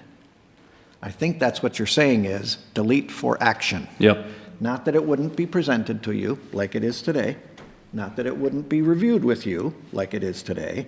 It's if you see something today, now is the time to say, we need to intervene. It's just not, you're not expecting action every year. And the fact is, we almost never take action on them because we don't intervene, because we haven't needed to. So I think that's what you're saying. I'm not agreeing with this. I just think that me as a county commissioner, if I'm voting on whether or not to create a lid, then I just feel like there needs to be oversight, because I don't know I don't know. It just, something doesn't strike me right on this. And if it's just to make it easier for staff, I don't know that that's the right reason either. I think part of the reason that we're having the conversation, Commissioner Coring, is because they want you to have information in a timely fashion so that if you wanted to act, it could actually happen. As it stands today, if you wanted to affect the special assessments that are in place for 2022, you'd have a very difficult time doing it. It's too late. I think that's why they're here. And so we either need to back up the fiscal year to allow for you to actually act before the assessment is levied, or we have to understand that we're going to hit the following year. Is that really kind of what's happening here? Yeah, we can't get it done with these timelines. We can't get it in front of the board in time for them to approve or not the special assessment based on the current timelines. It is, Tim, and as well as we still want to continue to provide the county board every year everything we have and summarize it for there to be, if there needs to be, something different, some action. It's about when the special assessment is attached. Yep. And backing up from that date with enough lead time that the lids are done with their work, the annual meeting has been held, you get the information and can make a decision before the assessment is attached. Right now, it's already too late. This is when we get the information. So I think that's why you're here, is we have a problem we have to fix, one way or another. I don't agree with it. It kind of reminds me of when we for 100 years, Crow Wing County would wait to send out the checks before until the county board approved it at the county board meeting. We don't do that anymore. It's already, we just pay it, and when we approve it after the fact, which I don't know that I don't really agree with either, but I guess these are changing times. I can feel like I'm just a rubber stamp. Then my vote means nothing. So, and quit calling me Commissioner Coring. This is kind of a pretty loose meeting. Just call me Paul. That's my name. I'm not allowed to in this form, Commissioner Coring, so I'm going to keep calling you Commissioner Coring. Oh, all right. So Jake, do you understand I guess, call me Commissioner the concern Senator. here? Yeah. Is that, I think if I heard Tim right, there is no way to stop it for that particular year. And we've not had that happen before, and hopefully we never will. Mm-hmm. But again, I think we just have to have the ability to make it happen. If 10 years down the road, there's Here's the a question. board that goes... Is there another way to preserve the county board's right to approve or deny the assessment before it is attached? I think Another way to solve that problem. If there is, I think what I'm hearing is they'd like to consider some possibilities along that lines. I think it's just a timing issue, as you framed up, and that would be something we just need to consider. What do we need to do to back that up to see if it's possible? Let's answer the question of, is it possible? Mm-hmm. Are the timelines too tight? And bring back some options that preserve their ability to do it before the assessment, if possible. Absolutely. Okay? And I wouldn't suggest we look at if it's a $5 increase. So if there's maybe something that a flag over 20% or whatever it may be, then it comes to our attention. But for just a few dollars, I don't know that we have to take immediate action. But if it's going to increase it by hundreds of dollars, I think we owe that to the people on that lake to be able to look at that before that increase goes into effect. So Let's see some other alternatives. Absolutely. We can do that. We can do that. What other issues do you have with the policy that you'd like to discuss today? Well, there's a provision under item 9 that is extremely similar to the one that we just talked about under item 6, and it basically echoes the same thing. It basically says, if approved by the majority of the quorum in attendance, the budget is to be included with the annual report and forwarded to the county board for approval and certification prior to the assessment amount taken in effect for the succeeding year. We haven't pulled that off, have we? The issue is the timing on that. I see it in the policy, but it's just, we need to think through that. And again, I was going to come here to suggest that we simply have a committee of the whole meeting. If there's an issue that comes up, we deal with it in the succeeding year. It sounds like what I'll be doing is taking a look closer at the timing of when we require reports and all those types of things, because it has dominoes. That's it. So we will take a look at that. I really appreciate the feedback on this. The other thing I want to deal with is, as we move forward, we had to invent a budget worksheet for the lids. You have that in front of you. The question I have is, do you like it? It's not a very official question. If you like it generally, we're going to continue to say, lids, when you give us your annual financial report, because every lid now has their own financial system and their own bank accounts, and this is the format we want you to get it to us. We want you to show us your 2021 beginning balance, your general revenues, expenses, and what do you have at the end of the year. The only way you're going to get additional detail beyond what you have here already, because this is a payment-by-payment register, right, is to have a copy of the invoice. Do we really need that? I mean, this is pretty detailed. Mind you, lids don't have a lot of activity, do they? This is all of their activity. Yeah. So it seems like, to me. Well, this is the most information we've ever gotten on the lids in regards to what they're doing, what they're charging, and what their expenses are. Well, Commissioner, actually, when the county sort of housed the money, we were able to get anything we wanted because we housed the financial program. Now that we don't have it, we have to now help them put it in a box. But this is this is the first time this has been shared with the commissioners to this extent. Formally, formally, all of them, yeah. It's a function of us changing the financing. Yeah. Remember when we changed the financing? We knew all this before. Now we don't know it. We have to ask. So, how do you want to see it? Yeah. Get reported I think to. this is pretty good. Yeah. Yeah, I do too. And of course, you know, maybe there'll be some thinking in a couple months, but for now, it seems like not hearing too much negative feedback. We'll continue to try and make this our format for this year. Okay. The last item for now, it would be the Kimbel Lid Board of Directors. In the creation of the Kimbel Lid, their creation document stated that the number of Board of Directors is 9. According to the statute, in order to reduce that number, the county board just needs to approve that. So what would happen is we would have a proposed motion to reduce their Board of Directors. This would then change their bylaws, and then they would just simply move forward. I was thinking if there was some semblance of agreement today, we would just put that on consent, but I just wanted to get a feel for what the board was thinking when I pushed that forward. We did seek out... Why do they want to reduce? What's that? Why do they want to reduce their board? Do you know, Jessica, why exactly? Why they wanted to reduce the number of Board of Directors? Because I think he said there's approximately 100 homeowners on the lake, and that's about 10% of owners if they keep it at 9 or 10. And it was hard to get that many people to show up and to be a part. Typically, our lid boards have 3 to 5. So I'm not sure why that one has 9. How long ago was it formed? Oh, Kimbel is, I think, one of the older ones. I couldn't tell you exactly which year. That's my guess as to why.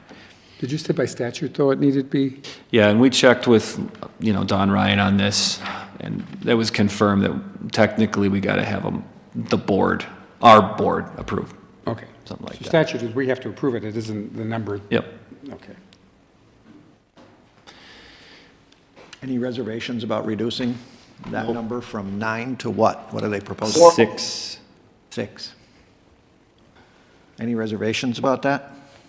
Well, I don't know that I have any reservation, but it goes back to my point before. Why are we even, if we're not going to have any oversight or not going to prove anything, why are we involved in this? Commissioner Coring, I think we're with... I guess I'm being kind of a pain in the... No, not really. I understand perfectly well what you're trying to preserve. Coming from it, just... I think we are not going to be pursuing the changes to the lid policies that we've discussed, and it is to preserve what you have asked us to preserve, which is your ability to intervene. So we're not pursuing that, and it is because we are trying to preserve your ability to intervene. So we're going to come back with a different set of ideas about how to get that done more effectively than we are today. So we're trying to preserve that. And I'm hoping that nothing ever comes along, but why not try to prevent that or be watching over this so that something, doesn't happen? I mean, why be reactive when you can be proactive, I think? I think all we're really saying today is that the existing way of doing it isn't working because it's already too late. If you tried to impact the 2022 assessment, it's too late. Mm-hmm. And so we got to redesign this process so that you actually have an opportunity to do what we're talking about doing, which is stop something from happening before it happens. So we're going to regroup around those proposals. So Tim, a question. We have to have our budget certified by the end of September. So when do the lids have to have the number that they want put on our property tax? That's statement? the million-dollar question that I don't think we have a firm handle on today. And once we figure that date out, then we can start to back up from that date the processes of the lid supplying the annual report to us, what's the budget. We may need to change their fiscal year so that they can close the year out in time for us to do this. That's the date that we have to back our processes up from, because right now, the way it's working today, it's already too late. So that's the problem. We're trying to fix that.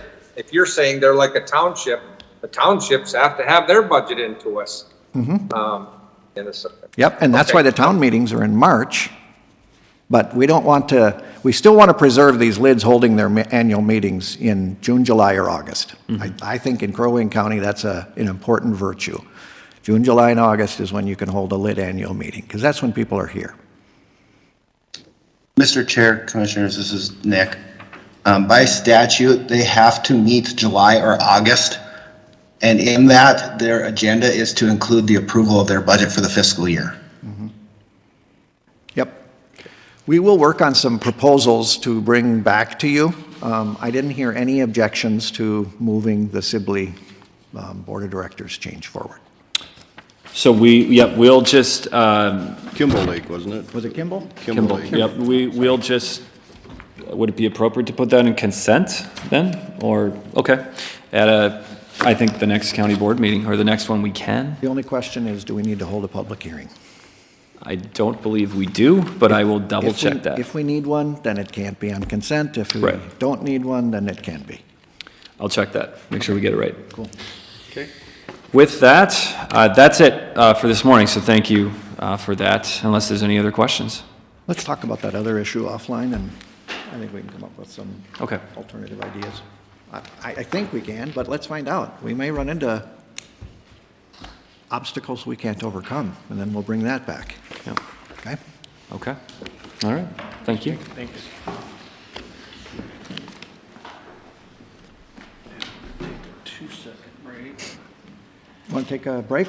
Yeah, just a couple of minutes if we could. That'd be. Are we recording? Yes. We're ready? Okay, so I just wanted to comment on what Steve just said. You know, obviously, if you bring something like that, that restorative just second chance thing to the board, obviously, why would I not vote for that? That's something that's very good. But I will say that we've never, and Tim can comment on this, I don't know that we've ever started to do that of you know, making it Jimmy Johnson Day or this day, or the board has never traditionally done that in the past. We can do that. I guess if we're going to do that, I've got a whole bunch of people in mind that need recognition.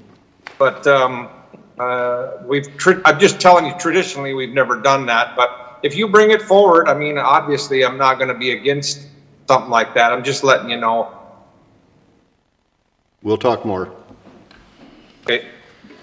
Okay. Mr. Chair, members, we have guests with us today. Brian Kelm is the CEO of Country Manor Assisted Living Facilities. He introduced me to his CFO, whose name I'm going to forget. Kevin. They're here today, and you may recall seeing an article in the Brainerd Dispatch not long ago that the city of Brainerd had entertained a tax abatement request for a development project that they're proposing here in the city of Brainerd. They're here to talk to you today about that possibility of the county participating with a tax abatement as well. Okay. If it would be okay, I'd give a little bit of background. As Mr. Hool said, is it Hool? Hool, yep. Hool. Rhymes with fool, no inference intended. All right, thank you. My name's Brian Kelm, and I do serve as the CEO of Country Manor. The technical organization is the Foundation for Healthcare Continuums. It owns and operates Country Manor campus in Sartell and also Woodcrest, a Country Manor in the St. Joe area. And I've been privileged to serve in the capacity since 1999, part of the organization since 1988. The reason we are here is to have a discussion about tax abatement. And I know it's not popular. I just ask that you allow us the opportunity to share our story and then answer any questions that you may have. So to give you a little background on Country Manor, it started in 1970. It started as a 64-bed nursing home. And since then, it has expanded to 25 acres. We have 165 skilled beds currently. We have 241 senior apartments in which we provide assisted living services in if they choose. And of those, we have 22 of them dedicated as memory care up in our apartments. We have Champion Rehab, which provides inpatient services to our folks in the care center and also outpatient services to our people in the apartments in the greater St. Cloud, Central Minnesota community. We have a home care agency that's Medicare certified. They both provide the care in our apartments, and they also provide care in a 30-mile radius. We have attached, we have a child daycare center, which we're also planning to put a child daycare center up here in Brainerd, and it has 149 children. And approximately 10% of those children are employees of Country Manor. 90% of them are community folks that bring their children. And that's been there since 1986. The reason they opened it in 1986, and that's where I came into play, my first job was director of Kids Country. My original degree is in education. They wanted to provide a place for the children when their mom and dads were working. And so that was the original idea, and it grew from there and now serves the Sartell area along with some of our staff. Very important. We have a pharmacy and convenience store. It's 5,000 square feet. It's open to the public and also part of our campus, so all the people that live within our campus has the ability to walk through hallways to get to the convenience store, which has, a gift shop in it. It has a sit-down area for snacks, and it takes care of most of the convenience items. And within that store, we also have a clinic, a physician's clinic. We've partnered with Williams Integra Care, and so that allows convenience for our folks to come and go without going outside or needing to get transportation. Our latest addition, which was built in 2014 on the campus, is called the Waterford. We attached a restaurant called Drake's. That's also open to the public. It's a sit-down restaurant. I would say it's somewhere between 3 and 4 stars. So when folks come in, it's really a place, it's a destination for the people that live there. They can bring their families, especially during the pandemic. Families could go there. The regulations of Drake's was different than the healthcare setting. So they were able to come and meet and actually talk with their loved ones, which was very difficult to do during the pandemic. And then also during the pandemic, the Sartell folks have been able to still embrace going out to eat. The reason we have this all in place is not because of the feathers, putting the feathers in the hats. It's because of our mission. Our mission is to enrich the lives of the people we serve, to provide superior health care and service. So as we go back to the nursing home and start looking at the changes and evolvements to the folks we served, we realize it's more than just a bedroom, it's more than just a place. We wanted to build a community where we could give them choice and opportunities, and so that's why we added the daycare. We were the first ones, Country Manor was the first ones in Minnesota to attach apartments, I believe, in 1976. We were the first ones in central Minnesota to start the home care agency. We were the first ones to help define what is assisted living, providing that 24-hour care. So as the regulations changed on the care center side, and folks that needed less care really didn't fit into a reimbursement rate anymore, where did these folks go? They had nowhere to go and receive services, and so that was the whole idea around assisted living. And so the store came, places to eat came, child daycare came. It was all about enriching lives. And so we got to a point where Sartell campus ran out of space. Our 25 acres were surrounded by business, apartments, and housing. And so it's a wonderful complement, but we had no more room to expand. So we asked ourselves, what's next? What's next was St. Joe, Woodcrest of Country Manor. We were able to partner and develop 84 units. We have 24 units of memory care, dedicated memory care, and 60 units of senior living. And it's built on 130 acres. So we were able to purchase a piece of property just away, a couple blocks away from Kennedy Elementary out in St. Joseph, and we were able to develop it. Part of the property now is being developed into patio homes for folks 55 and older, and we have thoughts to double the size of this campus and put a child daycare center out there, and then add amenities such as bistros or restaurants and some of the other things we've done as demand increases, or the folks say it's time to do that. So lots of common space in St. Joe also. I did provide a presentation. I don't know if they were able to get this. I downloaded it and sent it off. I don't know if you're able to pull it off, but it's a history of Country Manor. Gives you some nice pictures, and if not, I can provide that afterwards, and I can leave this one here. I ran a hard copy of it, just to give you an idea of what we're talking about, the magnitude of it. But out at St. Joe, we have 155,000 square feet of space. So again, this community idea. I haven't mentioned the chapels. We have large gathering areas, and Sunday mornings in central Minnesota are important to the people that we serve. So on the Sartell campus, pre-pandemic, 500 people from within and out of Country Manor was participating in worship and masses. Out in St. Joe, pre-pandemic, it was 120 already, people participating. We just realized that's something that's very important. And so as we looked at St. Joe, we saw something special. We saw how these communities took off and how the community embraced what we were trying to do. We were able to keep the folks that were in their communities to stay in their community. And so as we looked around, we ended on Brainerd.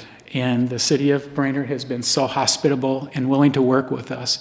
And we've been able to locate a piece of property on the very northwest corner of the city of Brainerd, right off Beaver Dam Road. So we were able to grab a 40-acre parcel of property and then purchase another 10 acres that adjoins that 40 acres that goes out to Beaver Dam Road, so that we could use a main entrance. It would actually be beautiful. It will be a beautiful main entrance, because it's a drive up through that 10 acres to get to the 40 acres.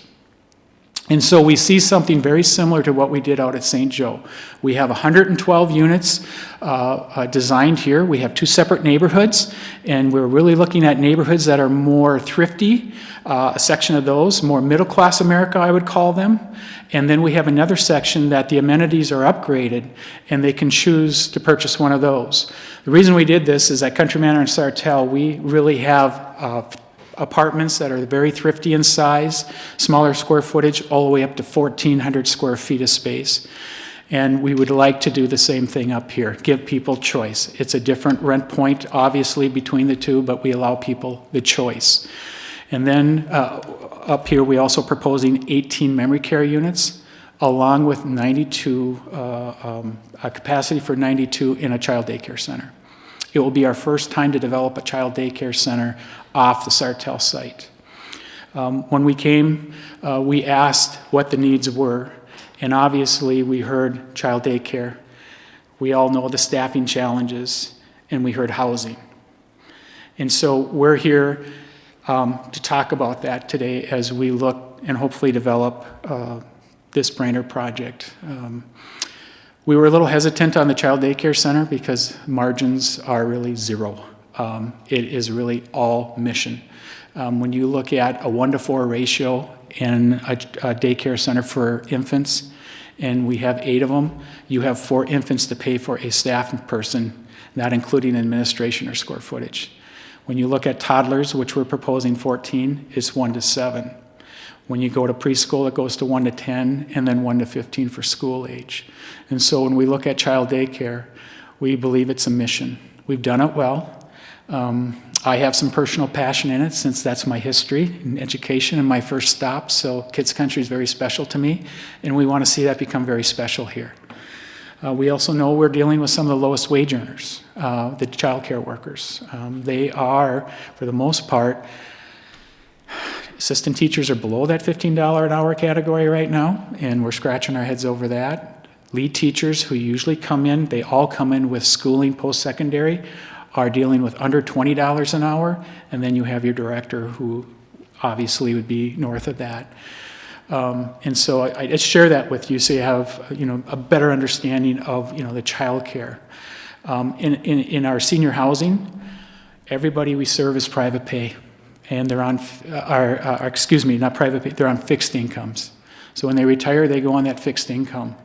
And right now what's happening is a perfect example on folks that are on fixed income. 2 years ago that looked really good. Now we're not sure what we're going to look like in a year or two as our market's taken a slide, and these folks are really dependent upon their retirement savings and their Social Security. So even though the folks we are serving for the vast majority are private pay, they are fixed income people. So again, it's just another point that I want to point out to you. So why are we asking for tax abatement? We've looked at the TIF, and we realize with TIF, there's regulations and a lot of complexities in place. And yes, you need to have a certain part of building dedicated towards folks that fall below that income threshold. And what we realized after doing a lot of studies, and this was before we did our St. Joe project, it was extremely difficult to make a TIF program work when you're putting up new construction. New construction costs are soaring, as you know. And so that's why we're here to talk tax abatement. From our standpoint, it's the same principle. We're asking for a partnership with reduced amount of taxes, not to be tax-free, to allow us to get our feet under us. When we develop it, we can go through the numbers, but we're going to have $30-some million of investment. And the day we open, we will be at full staff, and we will have 0 people in the building on day one. And we can only move a handful of people in at best a day because we're providing nurse assessments to them. These folks, their ambulatory skills, their pace of the day has changed, so we have family members that are helping them. There's moving companies that are helping them. We're trying to assimilate them into the building, and there's only so many that we can do per day. In our pro forma, we planned for 2 years to allow us to fill up. So during that time, we have a minimum of 2 people 24 hours a day from the nursing. We have folks that are supporting the building from administration to dietary, to maintenance, to programming, all the other administrative functions that we do. Those folks are all there providing services. With the Child Daycare Center, I know we're more hopeful to be full fairly quickly because of the need, but our fear is that staffing for that, as we all think about. And so childcare runs at pretty much 0, so we're not as concerned about it once it's full, and we think we can fill it, but it will take us a period of time to get our feet under us also for that. So there was a page of bullet points that we sent out that talked about why we're doing tax abatement. At the present time, we have not secured financing. We're going to go through a bond process, and so we can start that about 90 days before we break ground. The positive for bond financing, obviously, is they're able to give us a fixed rate for a longer period of time. The negative is the capitalized interest. So we need to borrow the entire amount of money that we're going to take on day one and begin paying interest on that, which is, again, something we considered, but that's the negative on a bond deal. Tax abatement can obviously help us alleviate a little bit of fear when we go to these folks and borrow the money. These are all big institutions that come in and look at our thoughts, our plans, and evaluate the risk in that. And we believe tax abatement would help with that.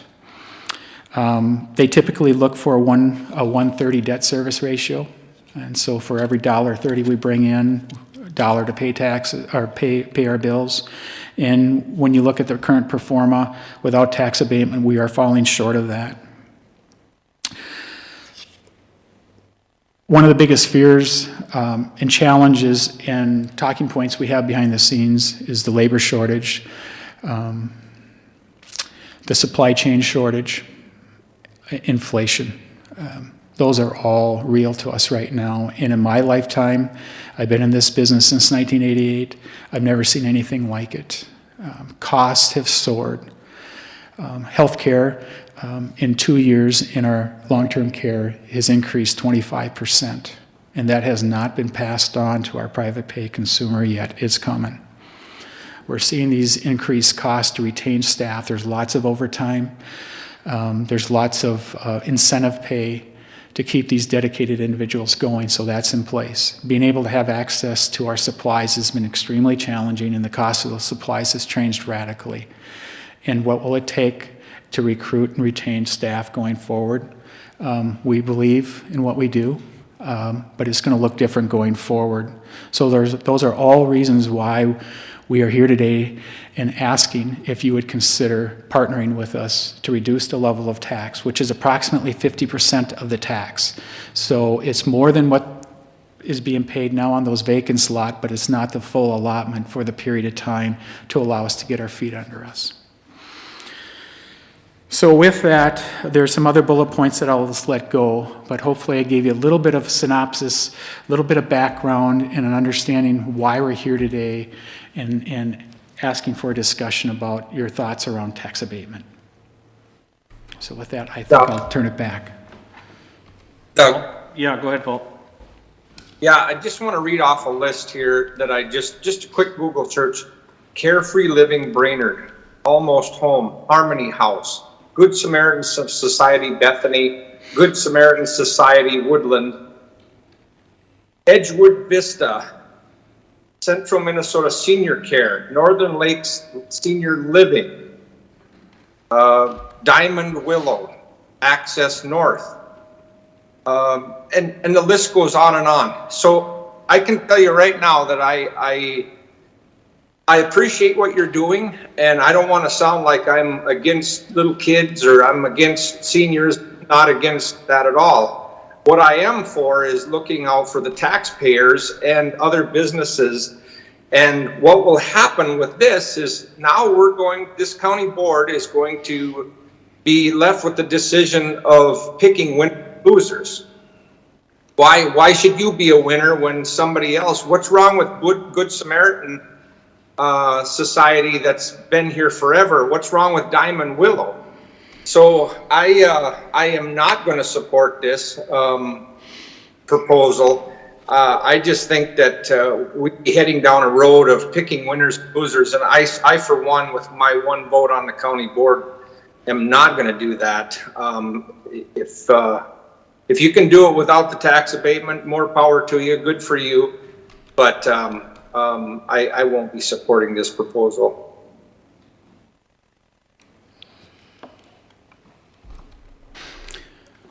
You know, Paul has brought up an interesting thought here in regards to, have you done a study in regards to the need for additional beds? So on the senior housing side, our market study, which we have done, indicates a need in the Brainerd Lakes area for additional housing. And so knowing that, I know that there's a housing crunch also in the Brainerd Lakes area. And so as some of these folks move out of their houses, it would give them an opportunity to free up that house and to move in to our facility. It also is going to bring people from your area that I would consider the Brainerd Lakes area, that will bring them off their lakes and give them an opportunity to stay in the Brainerd Lakes area. And again, we're not asking to forego all the taxes. We're asking for a period of time. A number of the buildings that you mentioned, I would guess, have a TIF proposal that was approved at some point in time to get them up and running. And again, I just would share with you what's different. It's going to be extremely challenging to put up new construction and deal with the revenues that are in play for folks that are on the county. We're fully aware some of the people we serve are going to run out of money, and we're going to work our tails off to keep them there. And I can't promise you we're going to be able to keep them all there, but we're aware that we're going to have some challenges. So, yes, that's my response to that. Okay. Yeah. Can you tell me a little bit about your training program when you talk about employment? Sure. we train our certified nurses on site.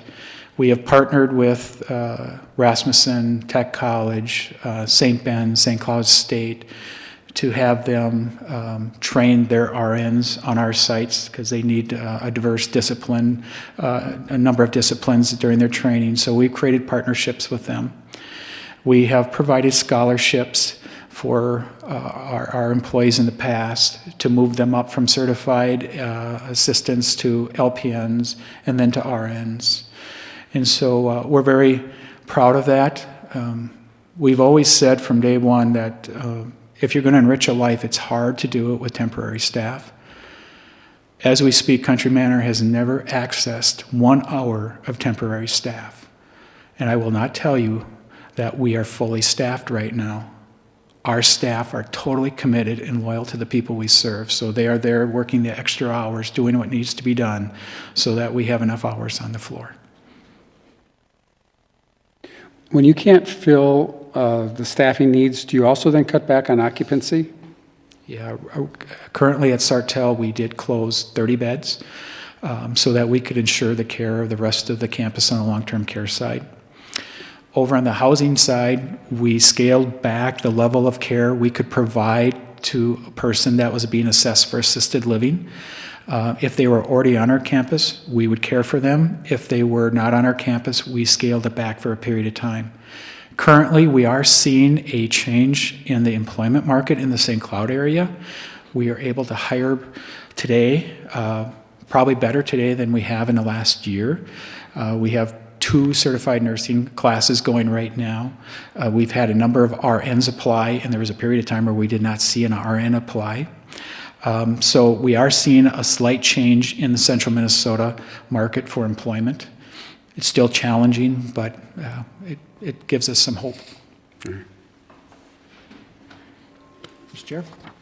Brian, I see in the community benefits, it says the project will provide employment opportunities that do not exist for 45 FTEs. Correct. Is that 45 FTEs for 146 senior housing? Not all the employees will be full-time employees, but 45 full-time equivalents. So right. The actual roster of employees are probably closer to 60 or 70. Okay. And part of that is the child daycare center. So you can assume there's a dozen to 15 employees that would be working in the child daycare center. Do we know what the school district is doing?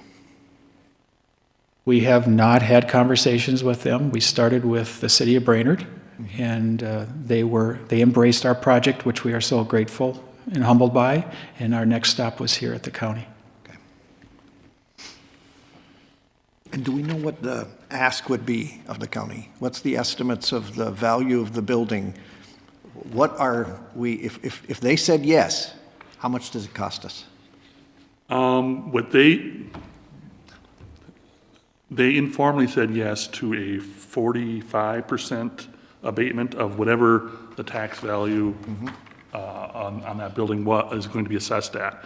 We are estimating that it's everything is 1.7 million over 15 years. We are estimating that the average annual amount of tax paid would be around $260,000 per year, and so our abatement would be roughly 120,000 of that, a little bit less than that, probably 115,000. And our portion of that is probably about 45%, you think? I thought it was a little bit less than. I thought the city. I'm sorry, I'm looking at our city fellows here because they probably have a better idea than. I think your guys is about 45, ours is about. Well, no, yours is lower. I think yours is lower. Okay. My indication was that you had the second biggest piece. They had the biggest piece. Okay. And the school district's got to fit in there too. They had the third biggest piece. 120,000 you're looking for. Yeah. A third? Roughly, yeah. So the city of Brainerd approved roughly 850,000 of tax abatement. That's what they approved. And we asked for 1.7 between the 3 governmental agencies. So if they're willing to take on 845, it would be the remaining portion for the other 2 county and the school district. So what is that, approximately 200 plus? And get my phone to open, I'll tell you.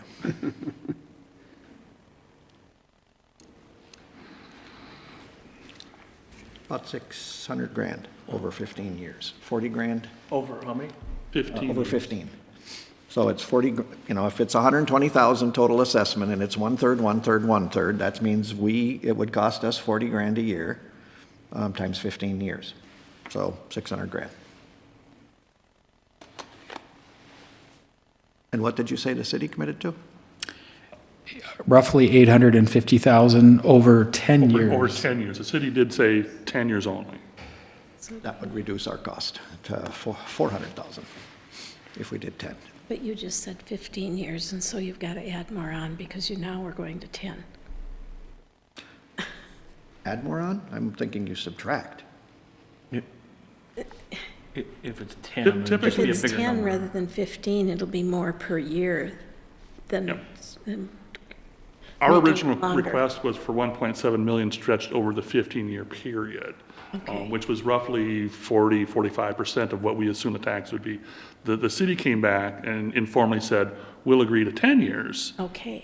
And That's what I'm we'll agree talking to about. express it as a percentage of the tax that is assessed in those years. So what they said was, I think it was 40% of their portion of the tax over the 10 years. Is that your understanding as well? So that's what the ask It was is for, closer to- 8% of your cut of the increased value that may not be there if the project doesn't move forward. Mr. Chair, I'm members of the commission, Jennifer Bergman, City Administrator, City of Brainerd. The City of Brainerd committed to 45% of the city's portion for 10 years. That's what the City Council approved.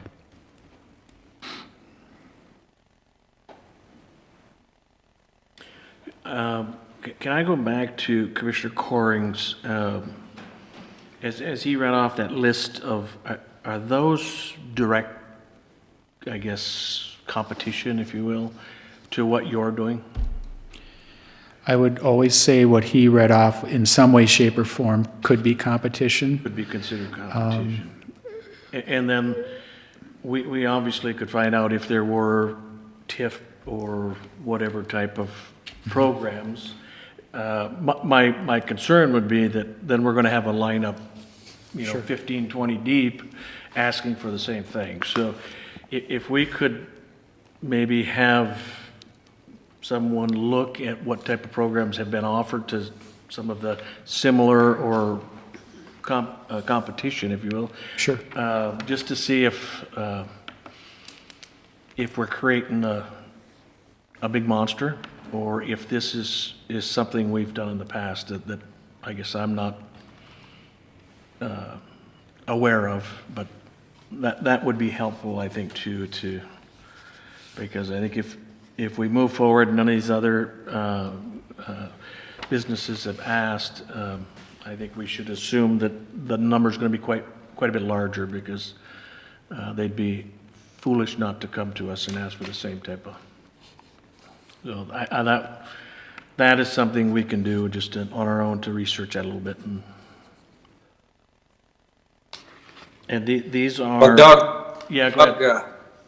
Doug, I've been on the board for, I believe it's 10 years now. I don't ever remember us doing an abatement similar to this. Maybe Tim can tell me if I'm wrong, but I just think we're heading down a dangerous path of, and I don't understand the city of Brainerd, why they want to do this when you have a lot of low-income houses, a lot of low-income people, and now they're the ones that are having to pay more on their taxes because this creates a hole.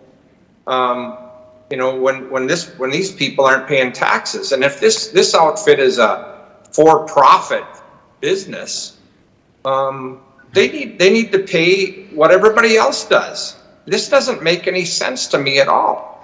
And I would remind everybody that we've got some great facilities in our area, Bethany, Good Samaritan, Woodland, Good Samaritan.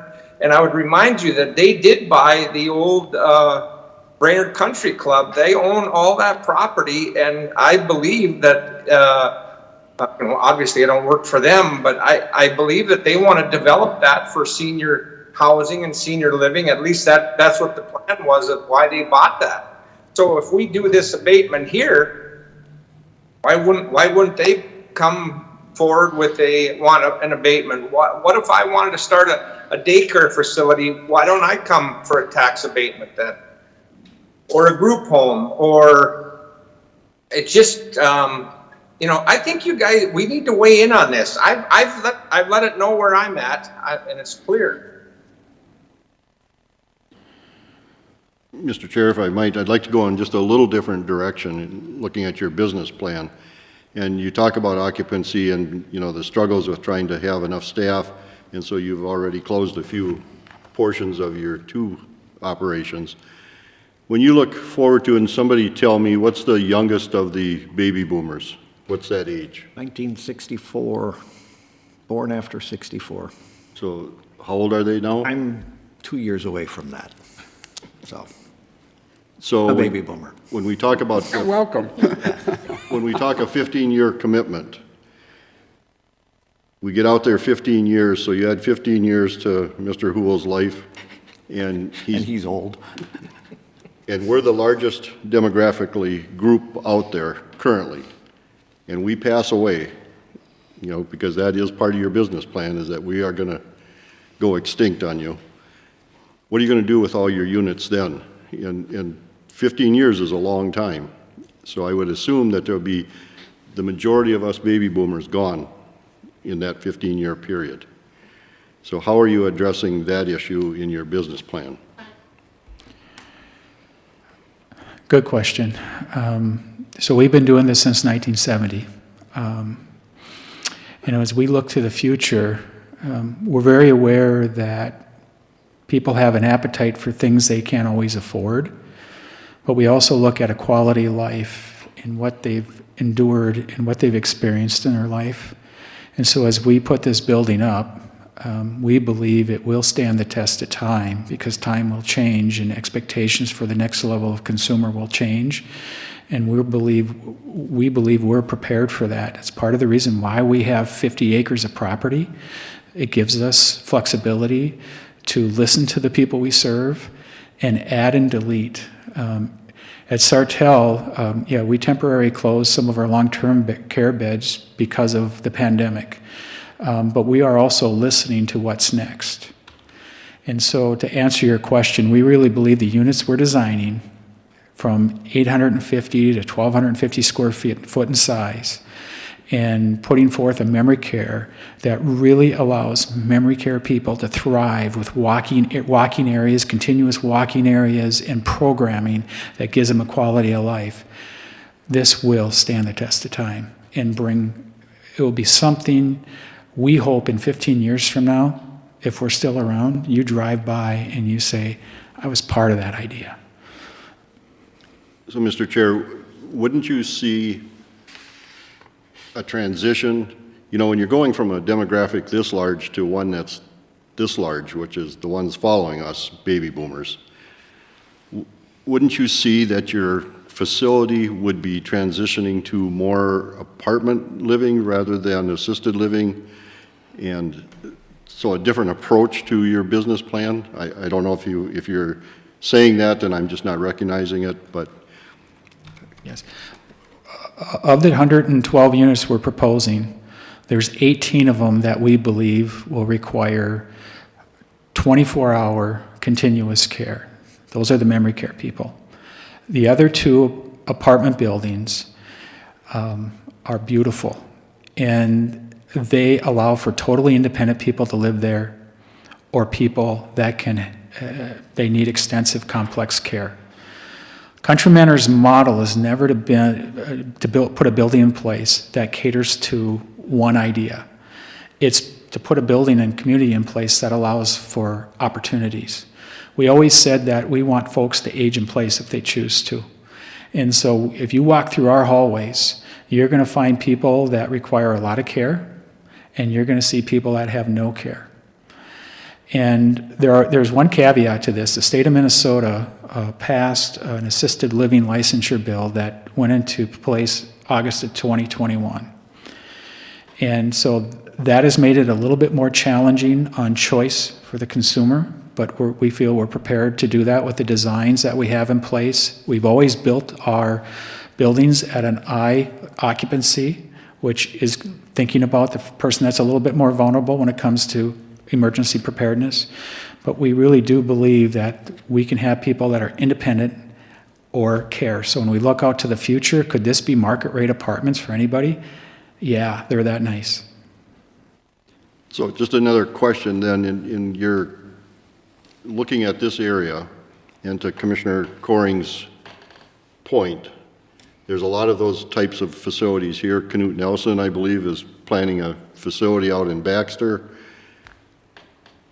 Did you go through and determine what their occupancy rate is? And I know it fluctuates because of end-of-life experiences, but what is the experience that you guys have with the occupancy rate?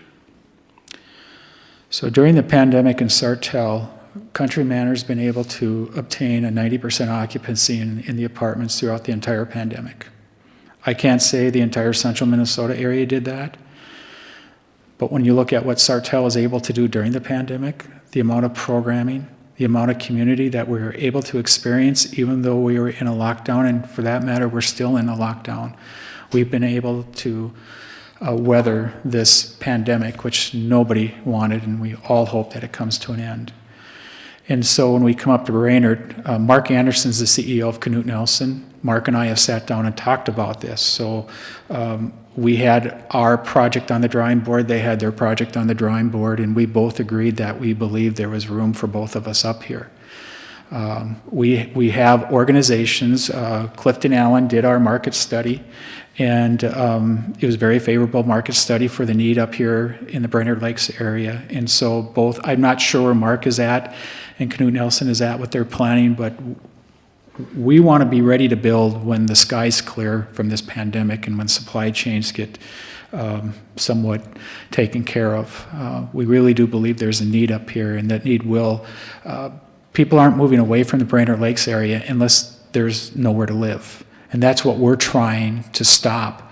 We see a large number of people at Sartell that come from a 60, 90-mile area away from us. And they would rather stay closer to their hometown if they could. Mr. Chair, we already have an assisted living facility on Beaver Dam Road. Yep. How far from this facility would yours be located? Do we know if Edgewood Vista is full? And what are your price in comparison with Edgewood Vista? So we are not far. We're just down the road and up on the backside of that housing addition. And so we're within a mile, I would suggest. I know that they have a larger percentage of county reimbursement in their building. I cannot tell you what their occupancy is now, but Edgewood has 2 buildings in the Brainerd Lakes area, and I believe their occupancy pre-pandemic was very strong. We will be catering to a little bit different populace of people. We are going to be bringing them in more independent and then allowing them to age in place. And I believe if you look at Edgewood, it will be much more comparable to the memory care area that we see being constructed in our area, which we have 18. I don't know if that helps or not. Thank you.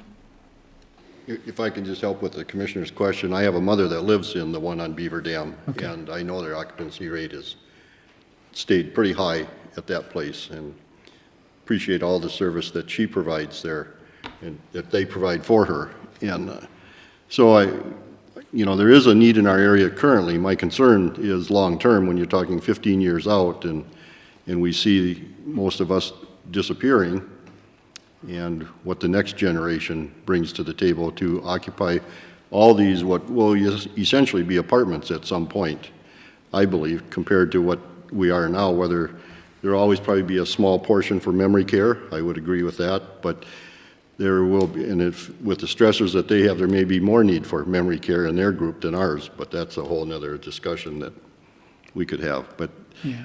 but they certainly will have services needed. I just don't think it'll be at the same scope that the current population has.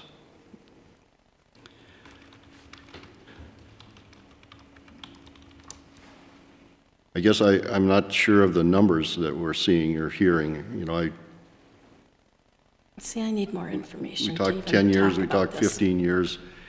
I would like to have those numbers firmed up so I know exactly what we're talking about.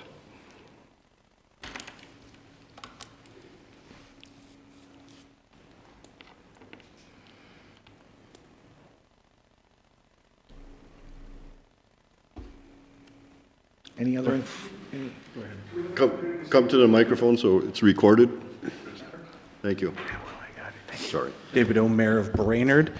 We were just asked by our city council to come and stand for the city's side of things, maybe answer some of Paul's questions. We're not here to lobby for this group, just simply here to clarify what the position from the city is and what their interest is. As Paul said, what interest would we have in it? The initial request that came to us was the 45%, I believe, over the 15 years. Our finance and our personnel and finance chair, Gabe Johnson, his background actually is in accounting, and he took a pretty good look at the numbers. And his request back to the city was a reduced number of years, dropping it down to 10 at that 45%. Because really what they ask here, coming from them, is that beginning startup phase. How do they get up to capacity, as they're showing with the 2 years, and what does that mean? From the city side of things, we looked at this from two perspectives. Does this match our goals? Does it match what we're looking for moving forward? And then what does that mean in terms of tax abatement moving forward? I can state that I myself am typically opposed to tax abatement on a principal level and believe that we should be looking at these things on an individual basis, which is what our task is. When they came forward, the biggest questions from us were of the housing and of the daycare, how that may fit within what the city is looking to do.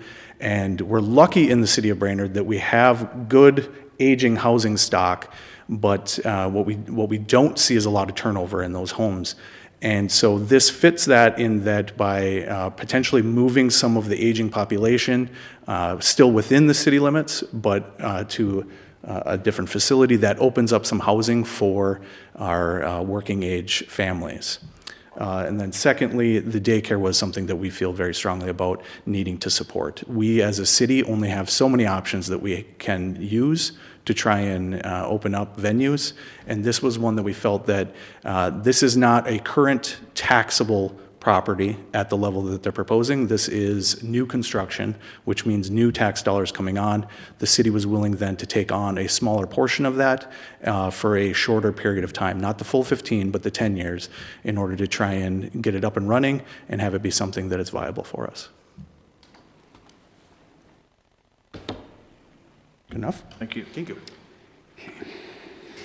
Mr. Chair, if I can ask one more question? Two, if you want. When you, I might require that. When you put this together, were the construction costs escalating at that point? Perhaps that's more of a question for you. We would both answer it the same way. So- The answer is yes, and they may still be rising for all we know. So what you're proposing to us, is it even accurate to be able to get into a profitable position in 15 years? Because obviously, if those prices are changing and going up more, something has to happen on the end. I mean, it has to be longer term, or? Those are great questions. That's a question that we continue to discuss.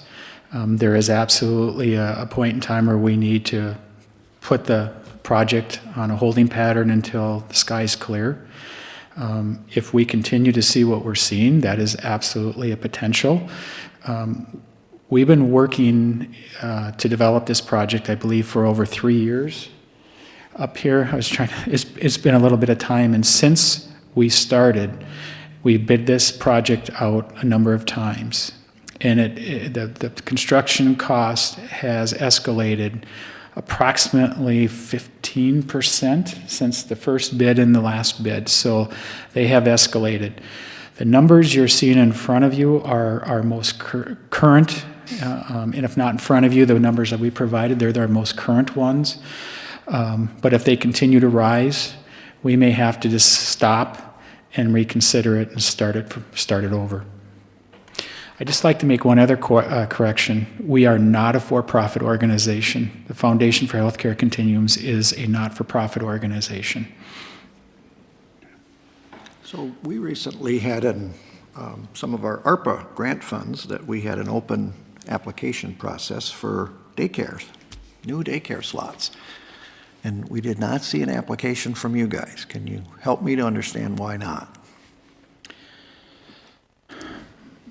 To be very honest, we did not see it. That's a fair answer. I think about what the mayor said, and housing and daycare are two things that are on our radar as well. You may think about referring this to the HRA, who has the Housing Trust Fund, and there may be some options there that they can do some things with, because this is essentially housing. It's up to you if you wanted to reopen a grant application process for a daycare grant. That would be up to you. That's an option. You could pursue it as the tax abatement request. You could pursue it and say that you prefer TIF. You can say no.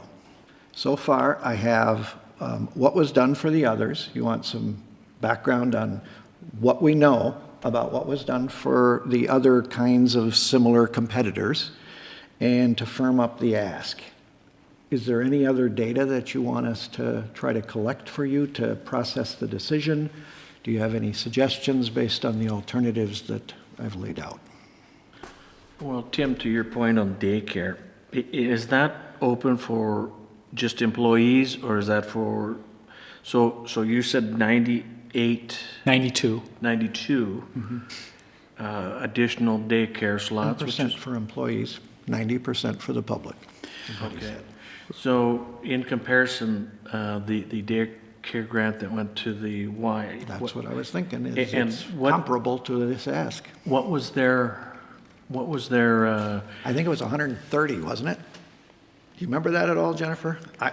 I'm guessing here, but I think that the Y was going to get about 130. I thought it was 480.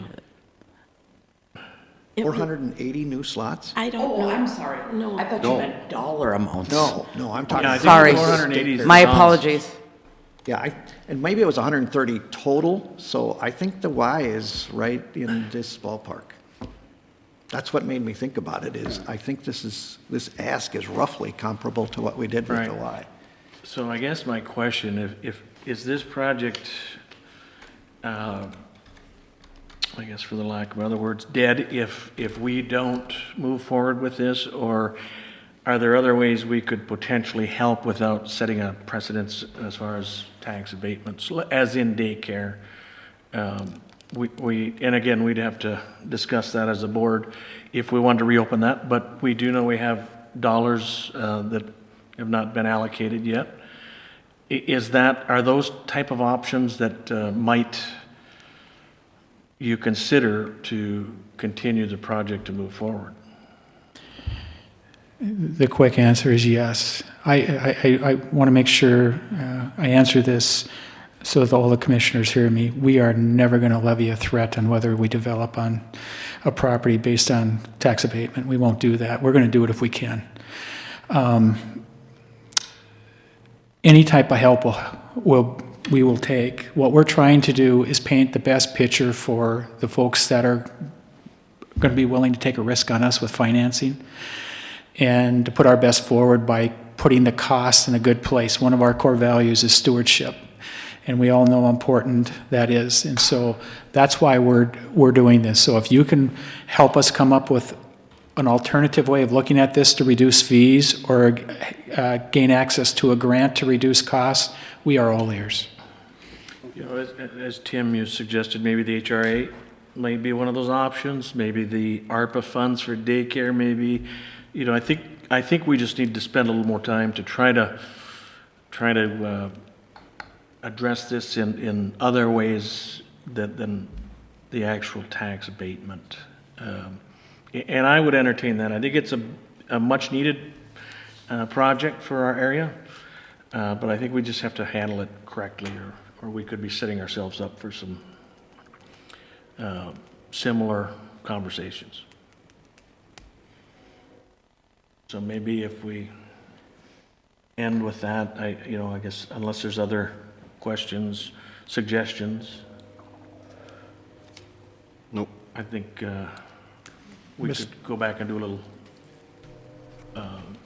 work on this and see what maybe some other options are. Mr. Chair, if it pleases the board, I'll work with Brian to see what those other options are, bring them to some ripening for your consideration, and if there is board action that is necessary, if the HRA board, for instance, decides to take the project up, you don't have to deal with it. But if there is something that's ripened for your consideration, then we'll bring it back here if we have other options. But, there's a good chance it's coming back. So just to put together some better background and research on what your options are. Sounds good. Okay? Yep. Okay. Thank you. Thank you for your time today. Thank you. Thank you.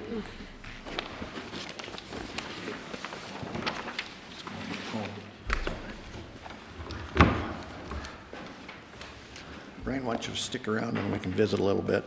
Okay. Mr. Chair, that's all we have, I believe, unless you have any questions for me. Happy to answer. We have a meeting. Commissioner Coring, I think, Tim. I'll call you Paul as soon as this is over. Okay, sounds good. Pass the salt. I can't do it in this room. I can't do it. Mayor, just so you know, thanks for not turning our lakes green for your celebration. We don't need green lakes in Crow Wing County. Thank you. See ya. Hey, guys. Are we adjourned? Thank you. We're adjourned.